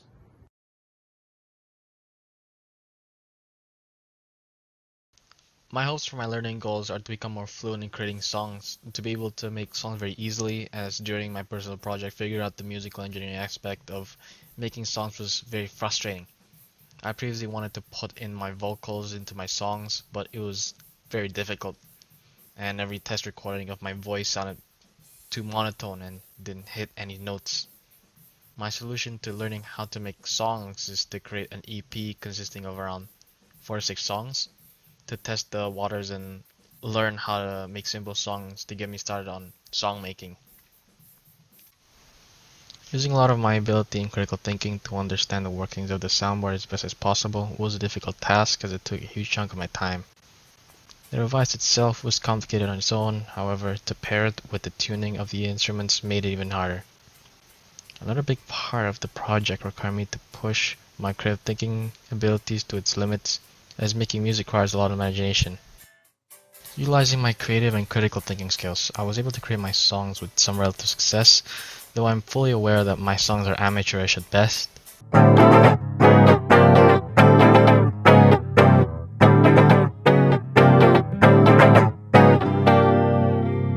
Only one song considered to be alright, since I made a survey on what people think of the songs. I was able to learn their thoughts on it, and also that my friends told me their honest opinions on the songs for 30 minutes. I know that because I was only skilled with drumming, the songs where I would focus on the drums the most would sound the best. With that being said, here is in my opinion, and also according to the poll, the best song in the EP.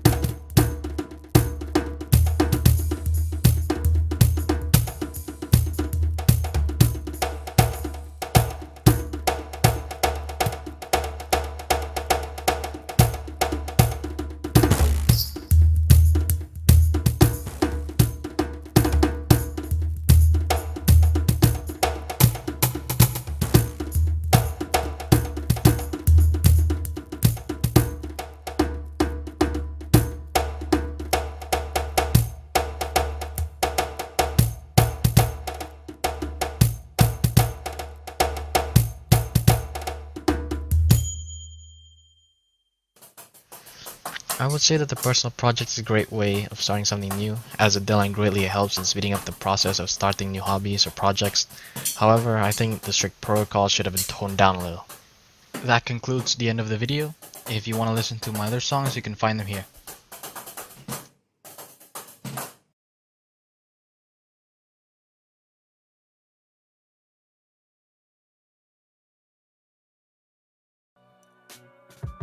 Hi everyone, my name is Denise and I'm from 10W. In this video, I'm going to explain about my personal project with the title Off the Hook. In this personal project, I explored more about crochet and the fashion world. My personal interest was fashion.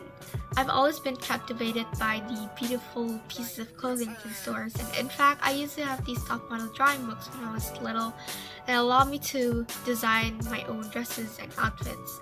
However, ever since the pandemic started, I started to allocate more of my time on social media as it was one of the most important sources of information. This is where my interest in crochet began. Crochet is not something that is spectacularly new these days, however, it is something that has popped up in my For You page a lot, and I started to gain interest in them. I became amazed by the techniques and patterns used in crochet, and for these reasons, I knew that my personal project would be an ideal opportunity to create a fresh project and learn about the process. Therefore, I decided that my learning goal would be able to learn the different techniques in crochet and explore more about the fashion world, and that my product goal would be able to produce 3 fashion items by crochet. In this project, I made a total of 3 items, which are a bucket hat, a mini tote bag, and a cardigan. At first, I also planned to include a booklet as one of my products, however, I realized that the time given was not sufficient, and I thought that it would be better for me to just focus on building knowledge and skills in crochet itself.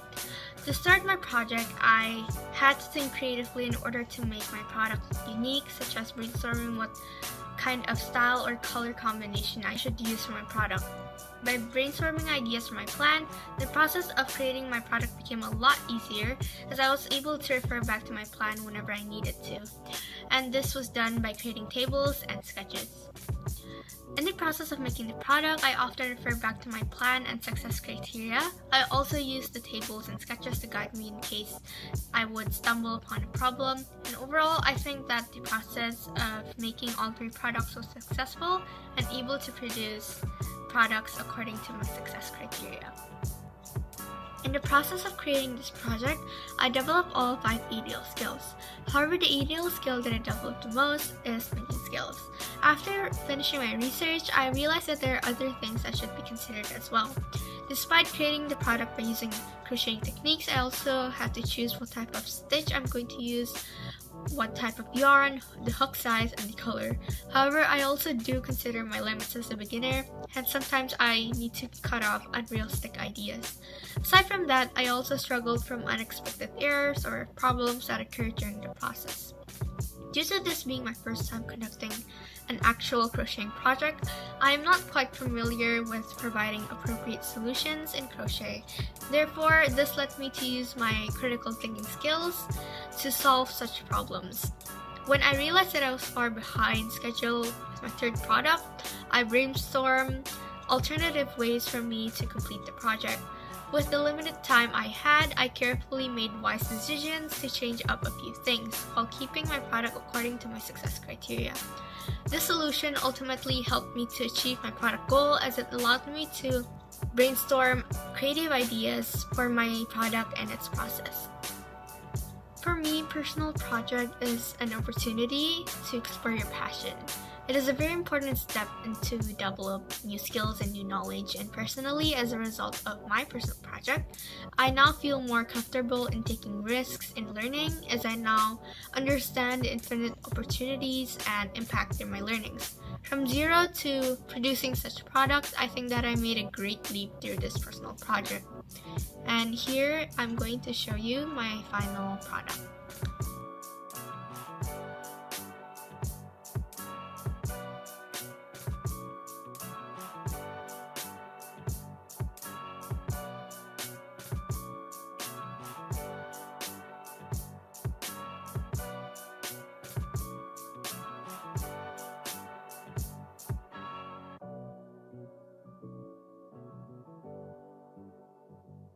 Thank you for listening. I do hope you learned something through my experience in this personal project.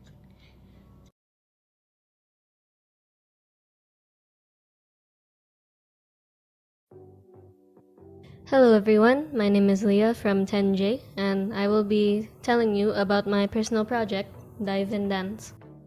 But first, let's talk about how this project came to be in the first place. I have always been interested in dancing, and I even took public classes for a while where I would learn several choreographies. But that's all I've done. Learned. I've never really made choreographies by myself before, and when I did, I would always be very disappointed in the product after I performed it, which would make me cringe at the thought of myself dancing to it, and sadly, also cringe at the thought of the song. So I would like to take this personal project as an opportunity to develop my confidence in my choreographing skills, my dancing skills, and my overall self-confidence. And the products that I'll be making to prove that I am developing my choreographing skills is a YouTube channel with 3 original choreography videos, as well as an Instagram account that contains videos of the process. So the first thing I had to do was, of course, do some research and find out some useful choreographing tips. For this, I reached out to my old dance coach, Henry William. I mainly asked him about his own tips on how to start choreographing and what are some useful things to help you on the way.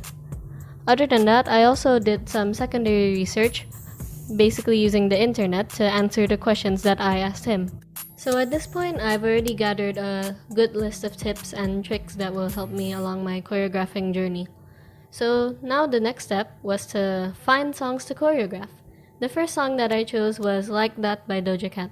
This song to me has a pretty bouncy feeling and many layers of beats that I had to take advantage of. So I tried to make a choreography that was more easygoing and less powerful than what I was used to. The next song was Wow by Luna. I have actually tried to choreograph the song ever since the day it was released, but it never really got past the drawing board. So making this choreography was a bit hard since I was working with moves that were in my head instead of moves that I actually did by myself and put into practice so that I could adjust it. But in the end, I think I managed to polish this choreography up nicely and I'm proud of the result. Now lastly, Bounce Back by Little Mix. I'm not super proud of this choreography compared to the other two. I feel like it's just a good idea that I wasn't capable of doing myself because my dancing skills are just not at the level to execute it properly.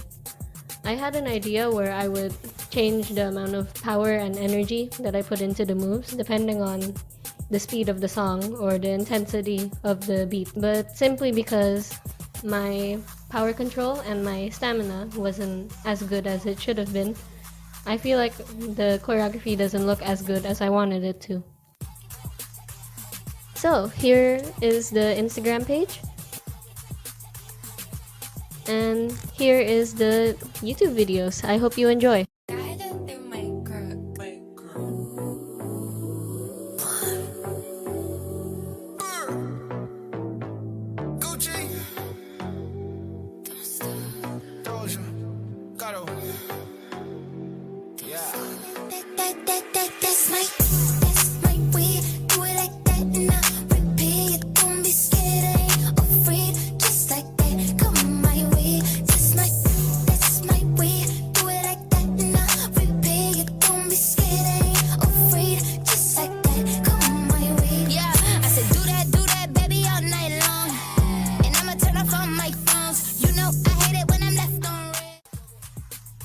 While in general I am very proud of my personal project, there are still, of course, many ways where I could have improved, such as the video editing and filming aspect.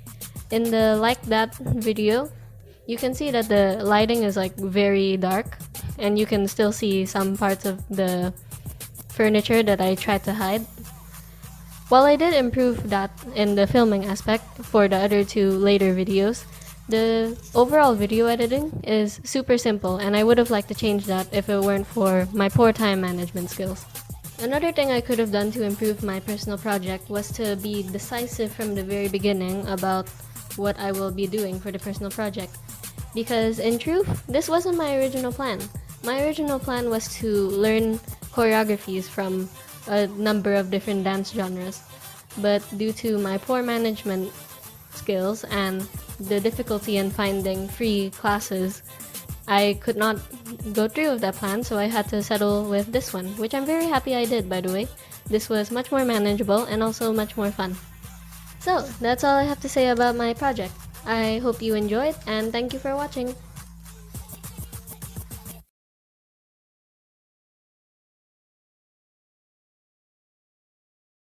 Hello everyone, my name is Chloe from 10W, and in this video I will be explaining deeper details about my personal project with the title 2022 Self-Care e-Journal, which is a digital journal that you can use daily throughout your whole year, and hope you enjoy. I've always had an interest in designing cute little illustrations and journaling.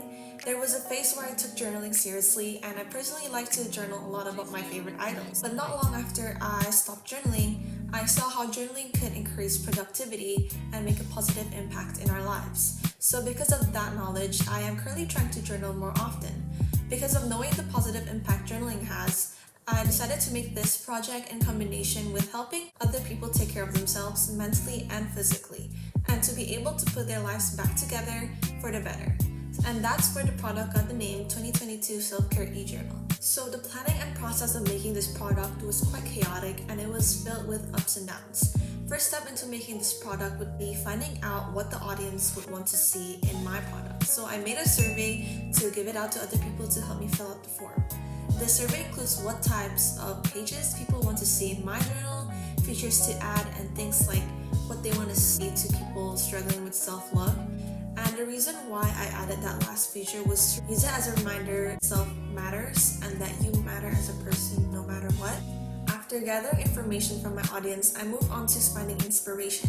This step right here is really important as it helps visualize your product and how you would want it to look like. Basically, it gives you an idea, and that idea could really help you in making the product throughout this whole journey. Here's a little mood board that I took inspiration from. I made this mood board on Pinterest just to help me know what I would like to put into my journal and what I am aiming for. So technically, finding inspiration really helps into visualizing how your product would look like, and it would really help you if you are running out of ideas for the product you're making. After looking for inspiration and making a vision on how my product will look like, I started sketching my first design on Procreate and deciding what type of illustration I would want to use in my journal. Here's a speed up video of my first sketch, and you can tell how I changed the illustrations a lot. Honestly, it was quite frustrating to find out the right exact illustration I actually want to use, but I'm glad that I went through it. After knowing what type of illustration / style I would want to use throughout this whole journal, I started designing the rest of my journal and started thinking about what type of pages I would want to do and put into my journal. And not long after, I finished designing my journal and completed my pages. The last step was to organize the pages in order, and for this I used Canva. I just downloaded all the pages from Procreate and transferred it to Canva, and to organize and put the pages in order there. And yeah, I am done with my product, and here's a QR code if you want to download the final product. The ATL skills that I have gained during the process of the whole personal project would be research skills, thinking skills, and self-management skills. I used research skills as in I needed to do a lot of primary and secondary research during this whole process to be able to have my product the way I want it to be. I used my thinking skills to think how I will make my product, and lastly I used my self-management skills to manage myself this whole project and to focus and make time for this project. I honestly think that the personal project is quite useful and also a way for us to learn more about new skills and also guidance towards creativity. Personal project has taught me to become a more open-minded person into learning new skills, and it also helps me develop better skills and make me improve better. Anyways, enough chit-chatting. Here's a short teaser of my product.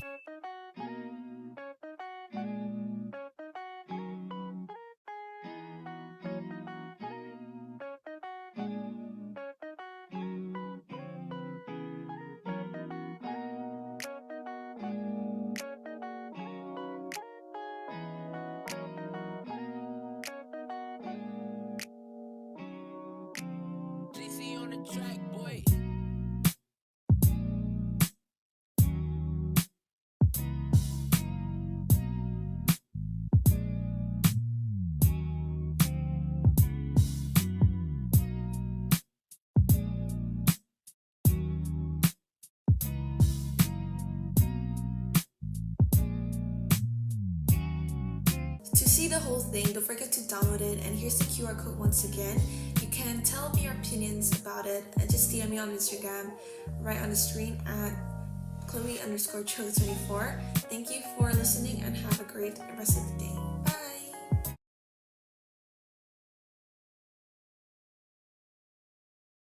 Hello everyone, my name is Aurelio Sadi Salim from the cast of 10J. In this video, I'll be showing you about my personal project called Keep It Sweaty. The learning goal for the project is to spread awareness to people on why they should exercise during quarantine and to encourage them to be physically healthy by exercising. My personal interest in sports and health had led me to choose this learning goal. I had been playing soccer since I was younger, and I also cared about my health during quarantine since I don't really get to have any physical activities. To achieve this learning goal, I'll be making a set of videos.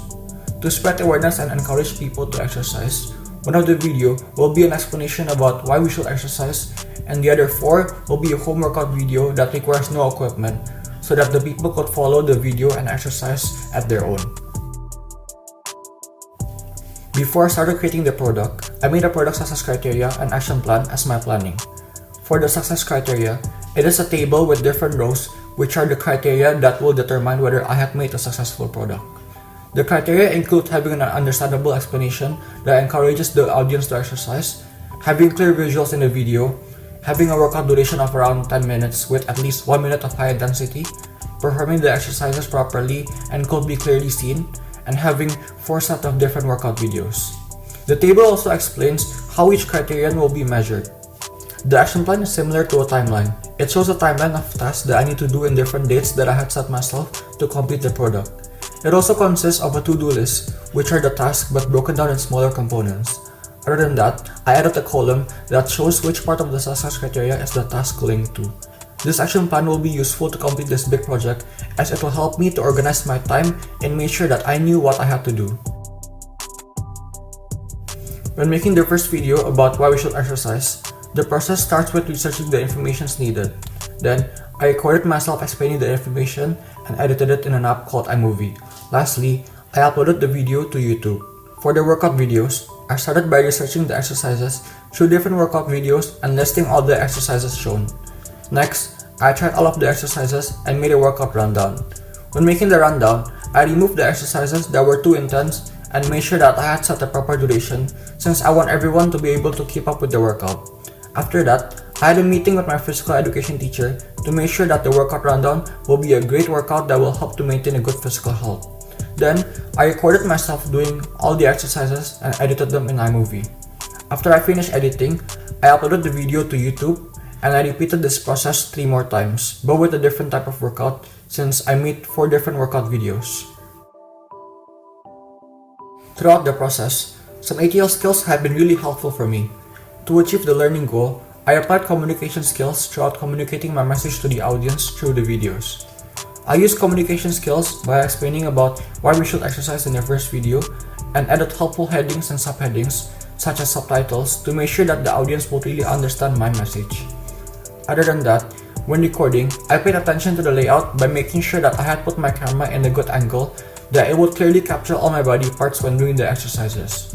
Communication skills has ultimately helped me in achieving my learning goal.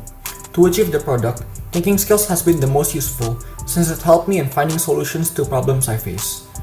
Since I am an amateur at editing, I didn't really know how to do some edits, such as adding a timer without the background. But after using thinking skills, I found out about the green screen feature, which will allow me to remove the background of the timer so that the exercise could still be seen. Other than that, I had another problem where I couldn't download the file and it was for an unknown reason. But after thinking, I was able to quickly find a solution by reducing the quality a little bit, and I could successfully export the video while still having a clear quality. Thinking skills had helped me here in finding out that the problem was the file size. In this personal project, it is a really big project with a long process, but it has taught me to manage and organize my time well since we cannot procrastinate and we need to constantly make progress to complete everything because not only we need to work on this project, but we also have assignments from school subjects. Here's a preview of the videos that I had made as my product. Mainly, lack of physical health will cause weight gain, since you're not using the energy that is provided by the food that you eat. A king without his crown, now I'm breaking. Marvin Divine.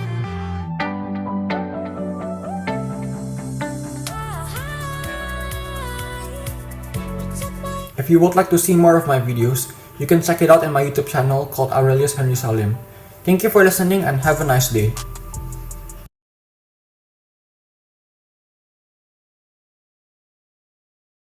Hello everyone, my name is Karina from 10P, and this video is about my personal project, my journey while making it, and what I've gained from these experiences. So ever since I was little, I was always interested in drawing and painting. I've tampered with color pencils, watercolors, and also acrylic paint. So I really wanted a project that could help me develop these skills and test and challenge myself while also retaining to a topic that I'm interested in, so I could express a certain issue within my art. So in the end, I decided on learning and a product goal based on that previous interest. So my learning goal is I want to be able to develop my painting and drawing skills while also studying Indonesian social cultures and norms. In the end, culture is not only about traditional clothes or traditional food, but it's also about daily behaviors and habits that we have as a nation. Some of these things are actually quite unique, even though for us here it's quite normal. An example is eating instant noodles with rice. In other countries, obviously it's kind of weird that we're eating carbohydrates with carbohydrates, but it's really a popular snack here, and I just think it's interesting. Another thing is crossing the street without traffic lights or zebra crossings. This is actually very common and very normal for us. So I wanted to show some appreciation for the small things that we do here in Jakarta and other urban parts of Indonesia. So for my product goal, I want to make an Instagram account where it acts as a mini gallery where I can share my expression of Indonesian social culture, and I can also document my progress in art, and how far I've developed my skills. So first, I made a detailed planning on how I was going to make my product. I made a timeline. Basically, the main points are: in October, I would do all my research, planning, and exploring. So on November, I would be making the artwork, and December till January, I would be posting on this art account that I've made.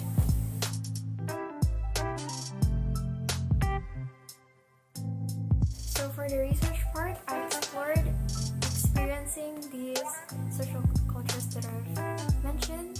For example, I crossed the street, I filmed myself doing that, even though I'm not really good at it, but I pushed myself and I safely crossed the street, thankfully. And then I also rode angkot, which angkot is a transportation here that doesn't tie to a schedule, and you can just call it from the side of the street, kind of like a taxi, but then you get off where you want to. So it's a bus that is not tied to a schedule or a station. After documenting my experiences all throughout October, I then painted my paintings and drawed my artworks.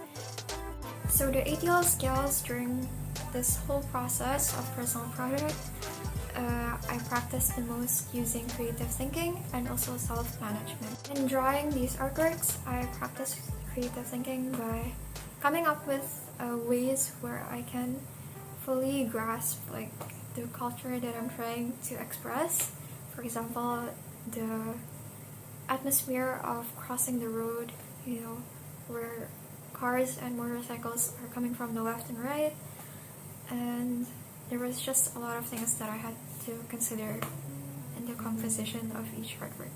And then for self-management skills, obviously this whole project needed a lot of time management, and I've managed to spare some time after school and do my PP. Since drawing took a lot of time, I really need to speed up the pace of my drawings.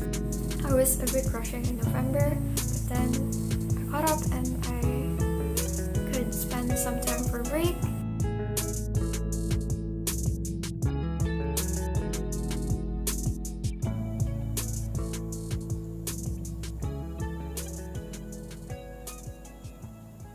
Thank you for listening.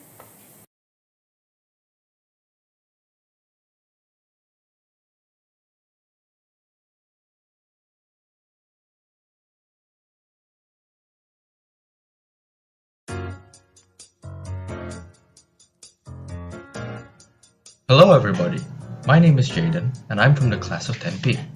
In this video, I'm going to be explaining about my personal project, which is titled Understanding Hatred. And it's a non-fiction book about the psychology of hatred. So let's get right into it.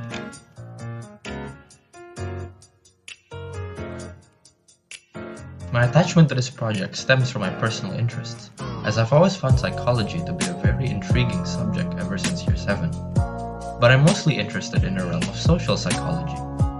I think it's very fascinating to understand how and why people behave in the ways that they do in social environments. It just so happened to be that this interest coincided with another interest I have, which is writing.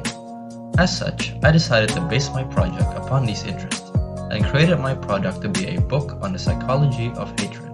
This directly correlates with my learning goal, which is to learn about the psychology behind hatred and understand how it can influence discriminatory practices in society, as well as my product goal, which is to write a full-length non-fiction book about the psychology of hatred and its links to discrimination in society, with a word count of around 60,000 words.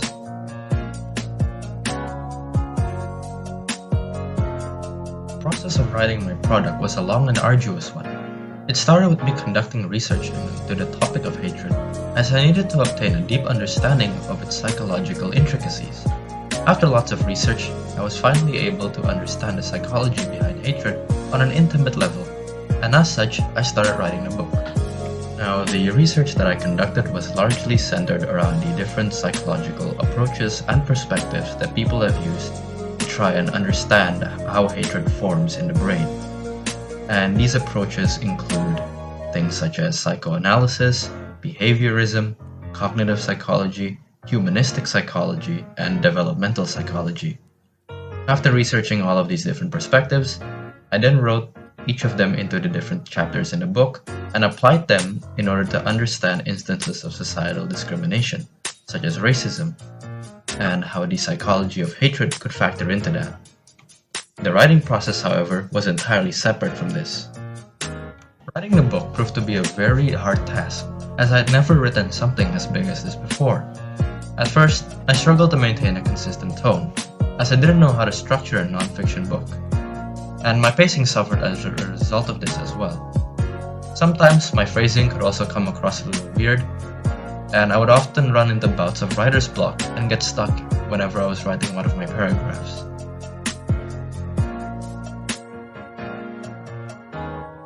After a while, however, I was able to overcome all of these issues through practice, and I managed to adopt strategies to beat these consistently. Other than the occasional grammatical mistake here and there, I managed to have a relatively smooth writing experience, and finished my book after roughly 3 months and a half of writing.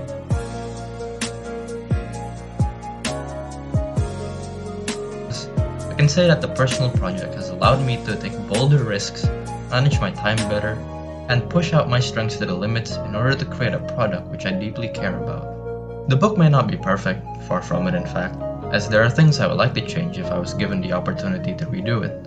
But I'm nonetheless proud of having written it, as I now know that my skills as a writer have greatly improved, and that my understanding of psychology has also largely expanded.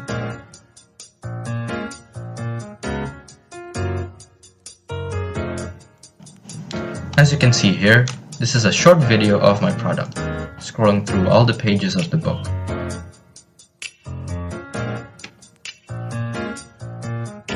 And as you can see from this short video, I split the chapters in accordance to the research that I did previously, with the first few chapters being mainly focused on explaining hatred through different psychological approaches, and the other later on chapters in the second half of the book being focused on examining societal phenomena such as racism or sexism, and how this can be viewed through a lens of psychological hatred.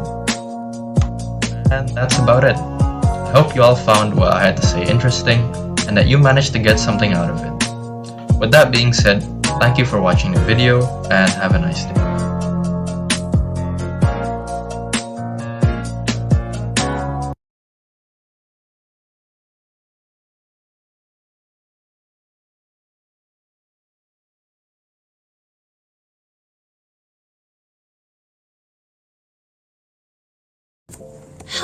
everyone, my name is Maria Jocelyn Indrajaya and I am from the class 10J. During the duration of this video, I will be presenting and explaining about my personal project which I have chosen to title Noir et Blanc. So let's start. Noir et Blanc means black and white in French. For those of you, when I say France, most of you would probably think of romantic dates or candlelight dinners or couples or anything that you can imagine that possibly relates to love. However, did you know that as of August 2011, behind all of the romance in the air, France was recorded to have the highest rate of depression? The goal of my project was to be able to freely express my opinions and thoughts on teenage hardships and what they go through, because I myself am a teenager, still is a teenager, in order to help people understand that teenagers are just like other people. We have weaknesses. We fail. Sometimes we fall. But just because we have weaknesses does not mean that other people should judge us for the struggles that we face. So how I developed an idea for my personal project was through my personal interests. My personal interests have always lied in arts and language, whether it be in drawing, writing, singing, dancing, doing calligraphy, listening to music, or many others. I have had some experience utilizing calligraphy in school tasks and decorating classes with calligraphy when deemed necessary. In my spare time, I would also draw and include calligraphy in my artworks because I have always thought that adding calligraphy would make the artwork less empty.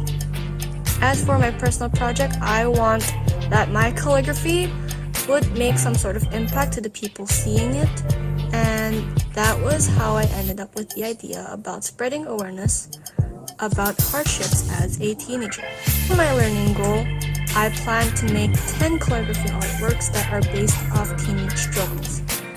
I did not only base it off the struggles from my experience, but I also sent out a questionnaire to other people in order to get a wider perspective.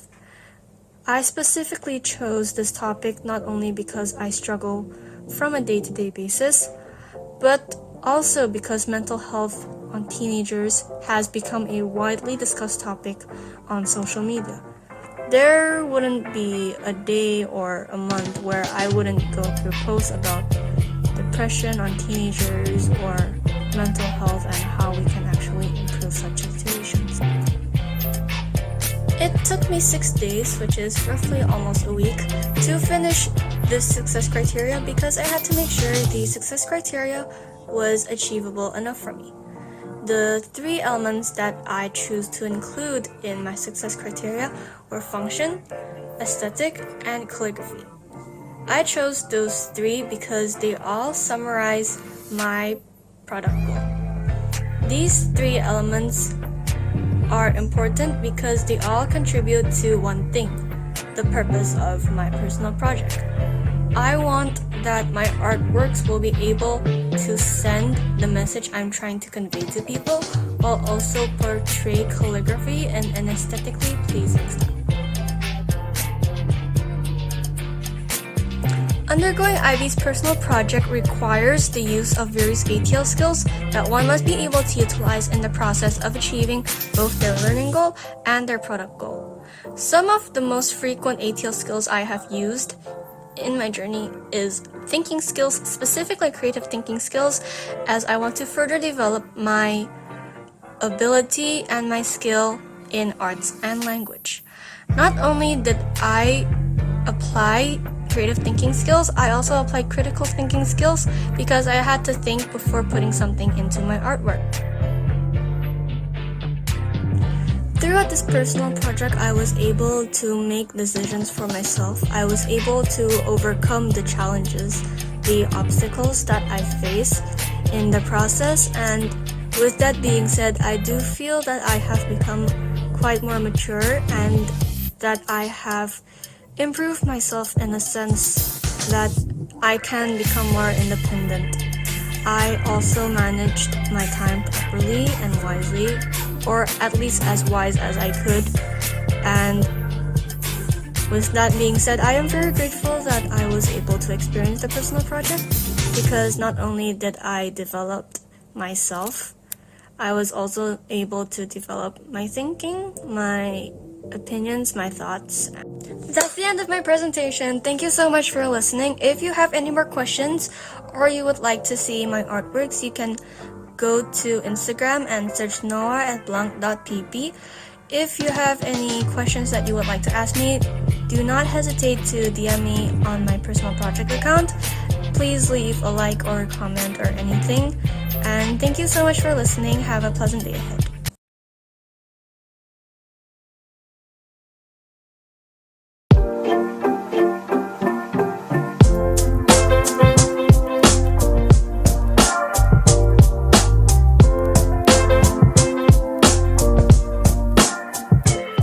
Hi everyone, my name is Hadi from Class 10W. In this video, I'm going to explain about my personal project, Project Vision X. I've always taken an interest in the world of science and technology, particularly in the world of automobiles, where electric vehicles are set in. Therefore, I have a strong interest in engineering in the field of automotive, mechanical, and electrical engineering. For my learning goal, the world of science and technology allows me to develop a natural curiosity in electric vehicles. Therefore, I decided to pursue my natural curiosity learning about the structure, building processes, and the design of an electric vehicle by learning how to construct an electric vehicle from scratch. As my learning goal ultimately leads me to have the ability to construct an electric vehicle, my product or the product goal itself will be an affordable, innovative, and futuristic technological electric vehicle that can help us in sustaining the vehicle itself in developing countries such as Indonesia.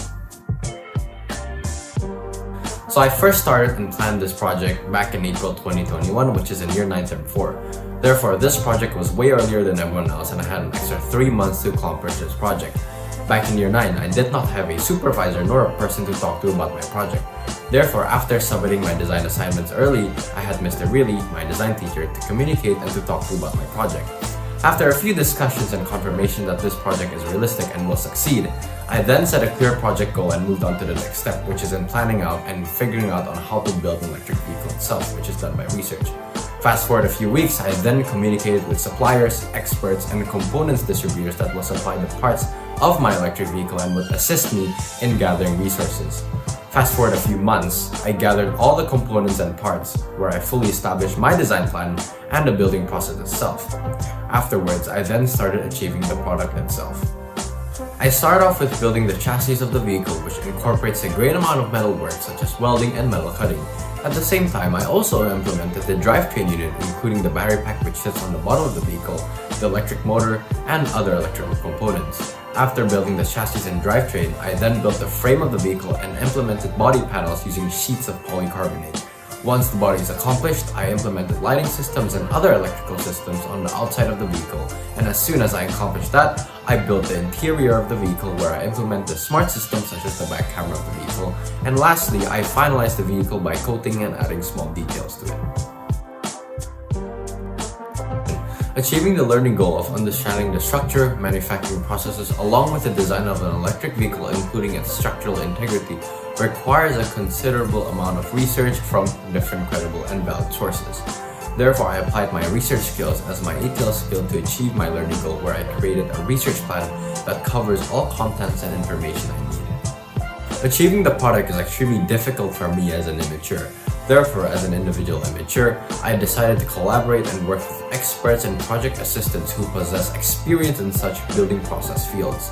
In order for me to accomplish such building processes and procedures, I had to directly communicate to my experts and assistants to assist and guide them according to my design plan. Therefore, I applied my communication skills as my ATL skill to achieve my product goal. With communicating with experts, managing my time, and organizing along with fluently allocating information throughout the project, both in the learning goal and product goal, personal projects have allowed me to thrive in time-based, realistic-based, and measurable-based projects and allowed me to be more prepared for such complex and ambitious projects in the future.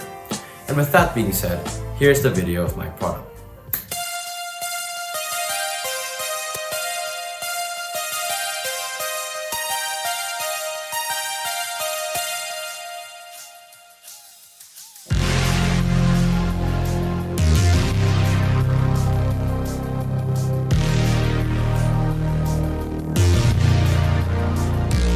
I've been trying to call. I've been on my own for long enough. Maybe you can show me how to love. Maybe I'm going through a drought.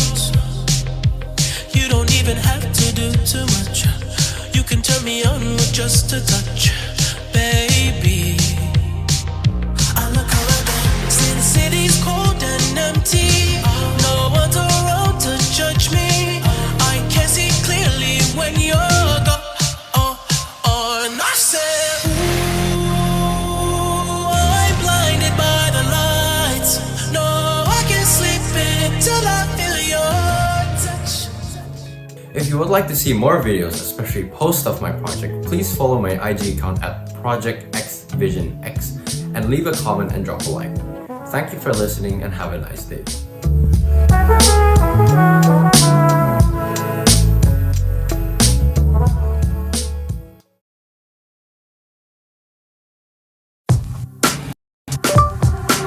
Hello everyone, my name is Kenzo from Class 10P. For my personal project this year, I decided to program an artificial intelligence, or AI, entitled AVA, which is short for Artificially Engineered Virtual Assistant. Before delving in further into the crux of the project assembly, I would like to introduce you to AVA, a voice assistant AI made with machine learning and natural language processing. With simply the tap of a button, it is adept to synthesize human speech with speech-to-text API and assist you within your mobile device suited for your daily needs. Ava, please set me a timer for 5 seconds. Your timer is set for 0 hours, 0 minutes, and 5 seconds. Constructing an AI for my personal project stems upon my personal interest within the computer sciences and software engineering in general. I have been exposed to computer programming since the 5th grade and been engrossed in the said field ever since. Moreover, artificial intelligence was and is one of the many peripherals within computer science I have taken immense interest to. The somewhat perplexing revelation of a human-programmed non-human entity able to garner intelligence upon the provision of data is nonetheless thought-provoking in itself. Through the fuel of motivation, I wanted to scrutinize even further into the realm of AI with the involvement of its two major constituents, machine learning and natural language processing, upon my learning goal. My product goal would revolve closely upon the aforementioned learning goal as I aim to materialize an AI-integrated mobile application utilizing aspects of ML and NLP. As I am aware that completing this product was challenging at best, I considered the extensive potential learning outcome that may arise from this project to convince myself of its worth, and thus started by constructing a research plan, success criteria, and action plan. Although there were no explicit tutorials prior to programming an AI mobile application from scratch, the internet offered a great deal of information related to the intricacies behind machine learning algorithms. I then started to construct the app itself with the Flutter SDK and Dart programming language. Personally, I only had prior experience with the Java programming syntax for mobile application development. So Dart, which is a relatively novel high-level, object-oriented, and garbage-collected programming language, was very much unfamiliar at first. Then again, I decided to take the risk of learning a new programming language for Flutter, as it was very much compatible with cross-platform development alongside the Android Studio and Xcode IDEs. Programming the app user interface itself took around 1 to 2 months, spanning from early September to mid-October, where this was followed by the optimization of NLP semantics in the form of voice recognition and the creation of a machine learning algorithm to actualize a response from the AI itself. The product was finally completed within the 1st of January and released to the mobile app stores shortly after. Naturally, I managed to develop several ATL skills during the longevity of the personal project, mainly critical thinking skills for programming the back end of the AI, creative thinking skills when designing the app UI, and self-management skills when synthesizing the product assembly with the learning goal. Attaining these skills alongside the general involvement of myself in the PP was a compelling way to garner new, profound qualities upon my field of interest. The overall project was not only a medium to induce creativity, but to also try new maneuvers in acquiring a solution. Without further ado, here are some practical demonstrations of Ava. Ava, how's the weather? The weather in Jakarta is currently few clouds and 31.3 Celsius. Ava, please play some jazz music. Playing dance music. Ava, how do you spell onomatopoeia? Onomatopoeia is ONOMATOPOEIA. Ava, please open Google Maps. Opening Google Maps. Ava, what is 263.2 times 5 minus 65.1 over 3? 263.25 to 65.1/3 is 1294.3. Ava, please open Tokopedia. Opening Tokopedia. Ava, what is the Pauli exclusion principle? Searching Pauli exclusion principle in Google. If you feel at all interested in my product, you may inspect further by installing Ava Voice Assistant for Android and iOS in the following QR codes, or by simply typing in Ava within the App Store search bar. Thank you for your attention, and have a great rest of the day.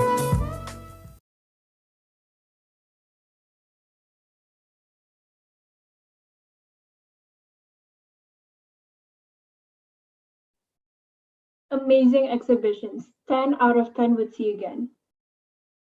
Coolio. And oh, V, do you hear that? What, E? I think that's the sound of the special guest who just joined our meeting. Let's welcome once again Ms. Sophia Hamilton, the MIT coordinator from Bandung Independent School. Thank you all for joining us for the final day. Hopefully today's exhibition made your trip all the way from Bandung worth it.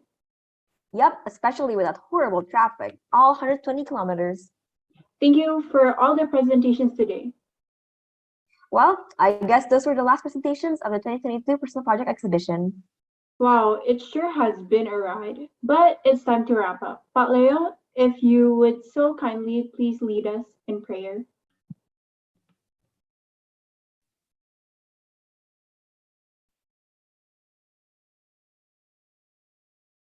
Let's pray.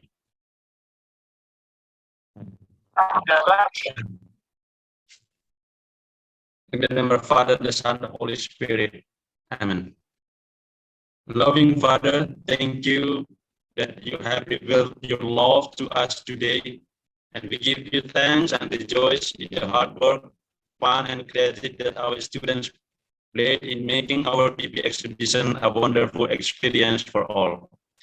May we find gladness and satisfaction in all of our success and even in our challenges and lessons. May this experience of individual teamwork and sacrifice strengthen our bond as a community and deepen our commitment to our mission to serve others. Grant all of rest and renewal in the coming days so that we may continue to serve faithfully and without ceasing. We invite you, Father, to send us out from here in the power of the Holy Spirit, fan to flame the gifts that you have given us. Come and reveal your grace and truth to us each day. For yours is the kingdom, the power, and the glory, now and forever. Amen. In the name of the Father, and the Son, and the Holy Spirit. Amen.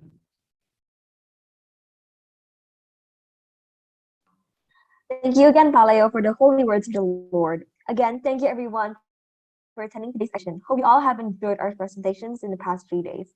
And a special thanks to all Year 10 students for making it possible. We hope to see you soon. Bye. Bye. Thank you.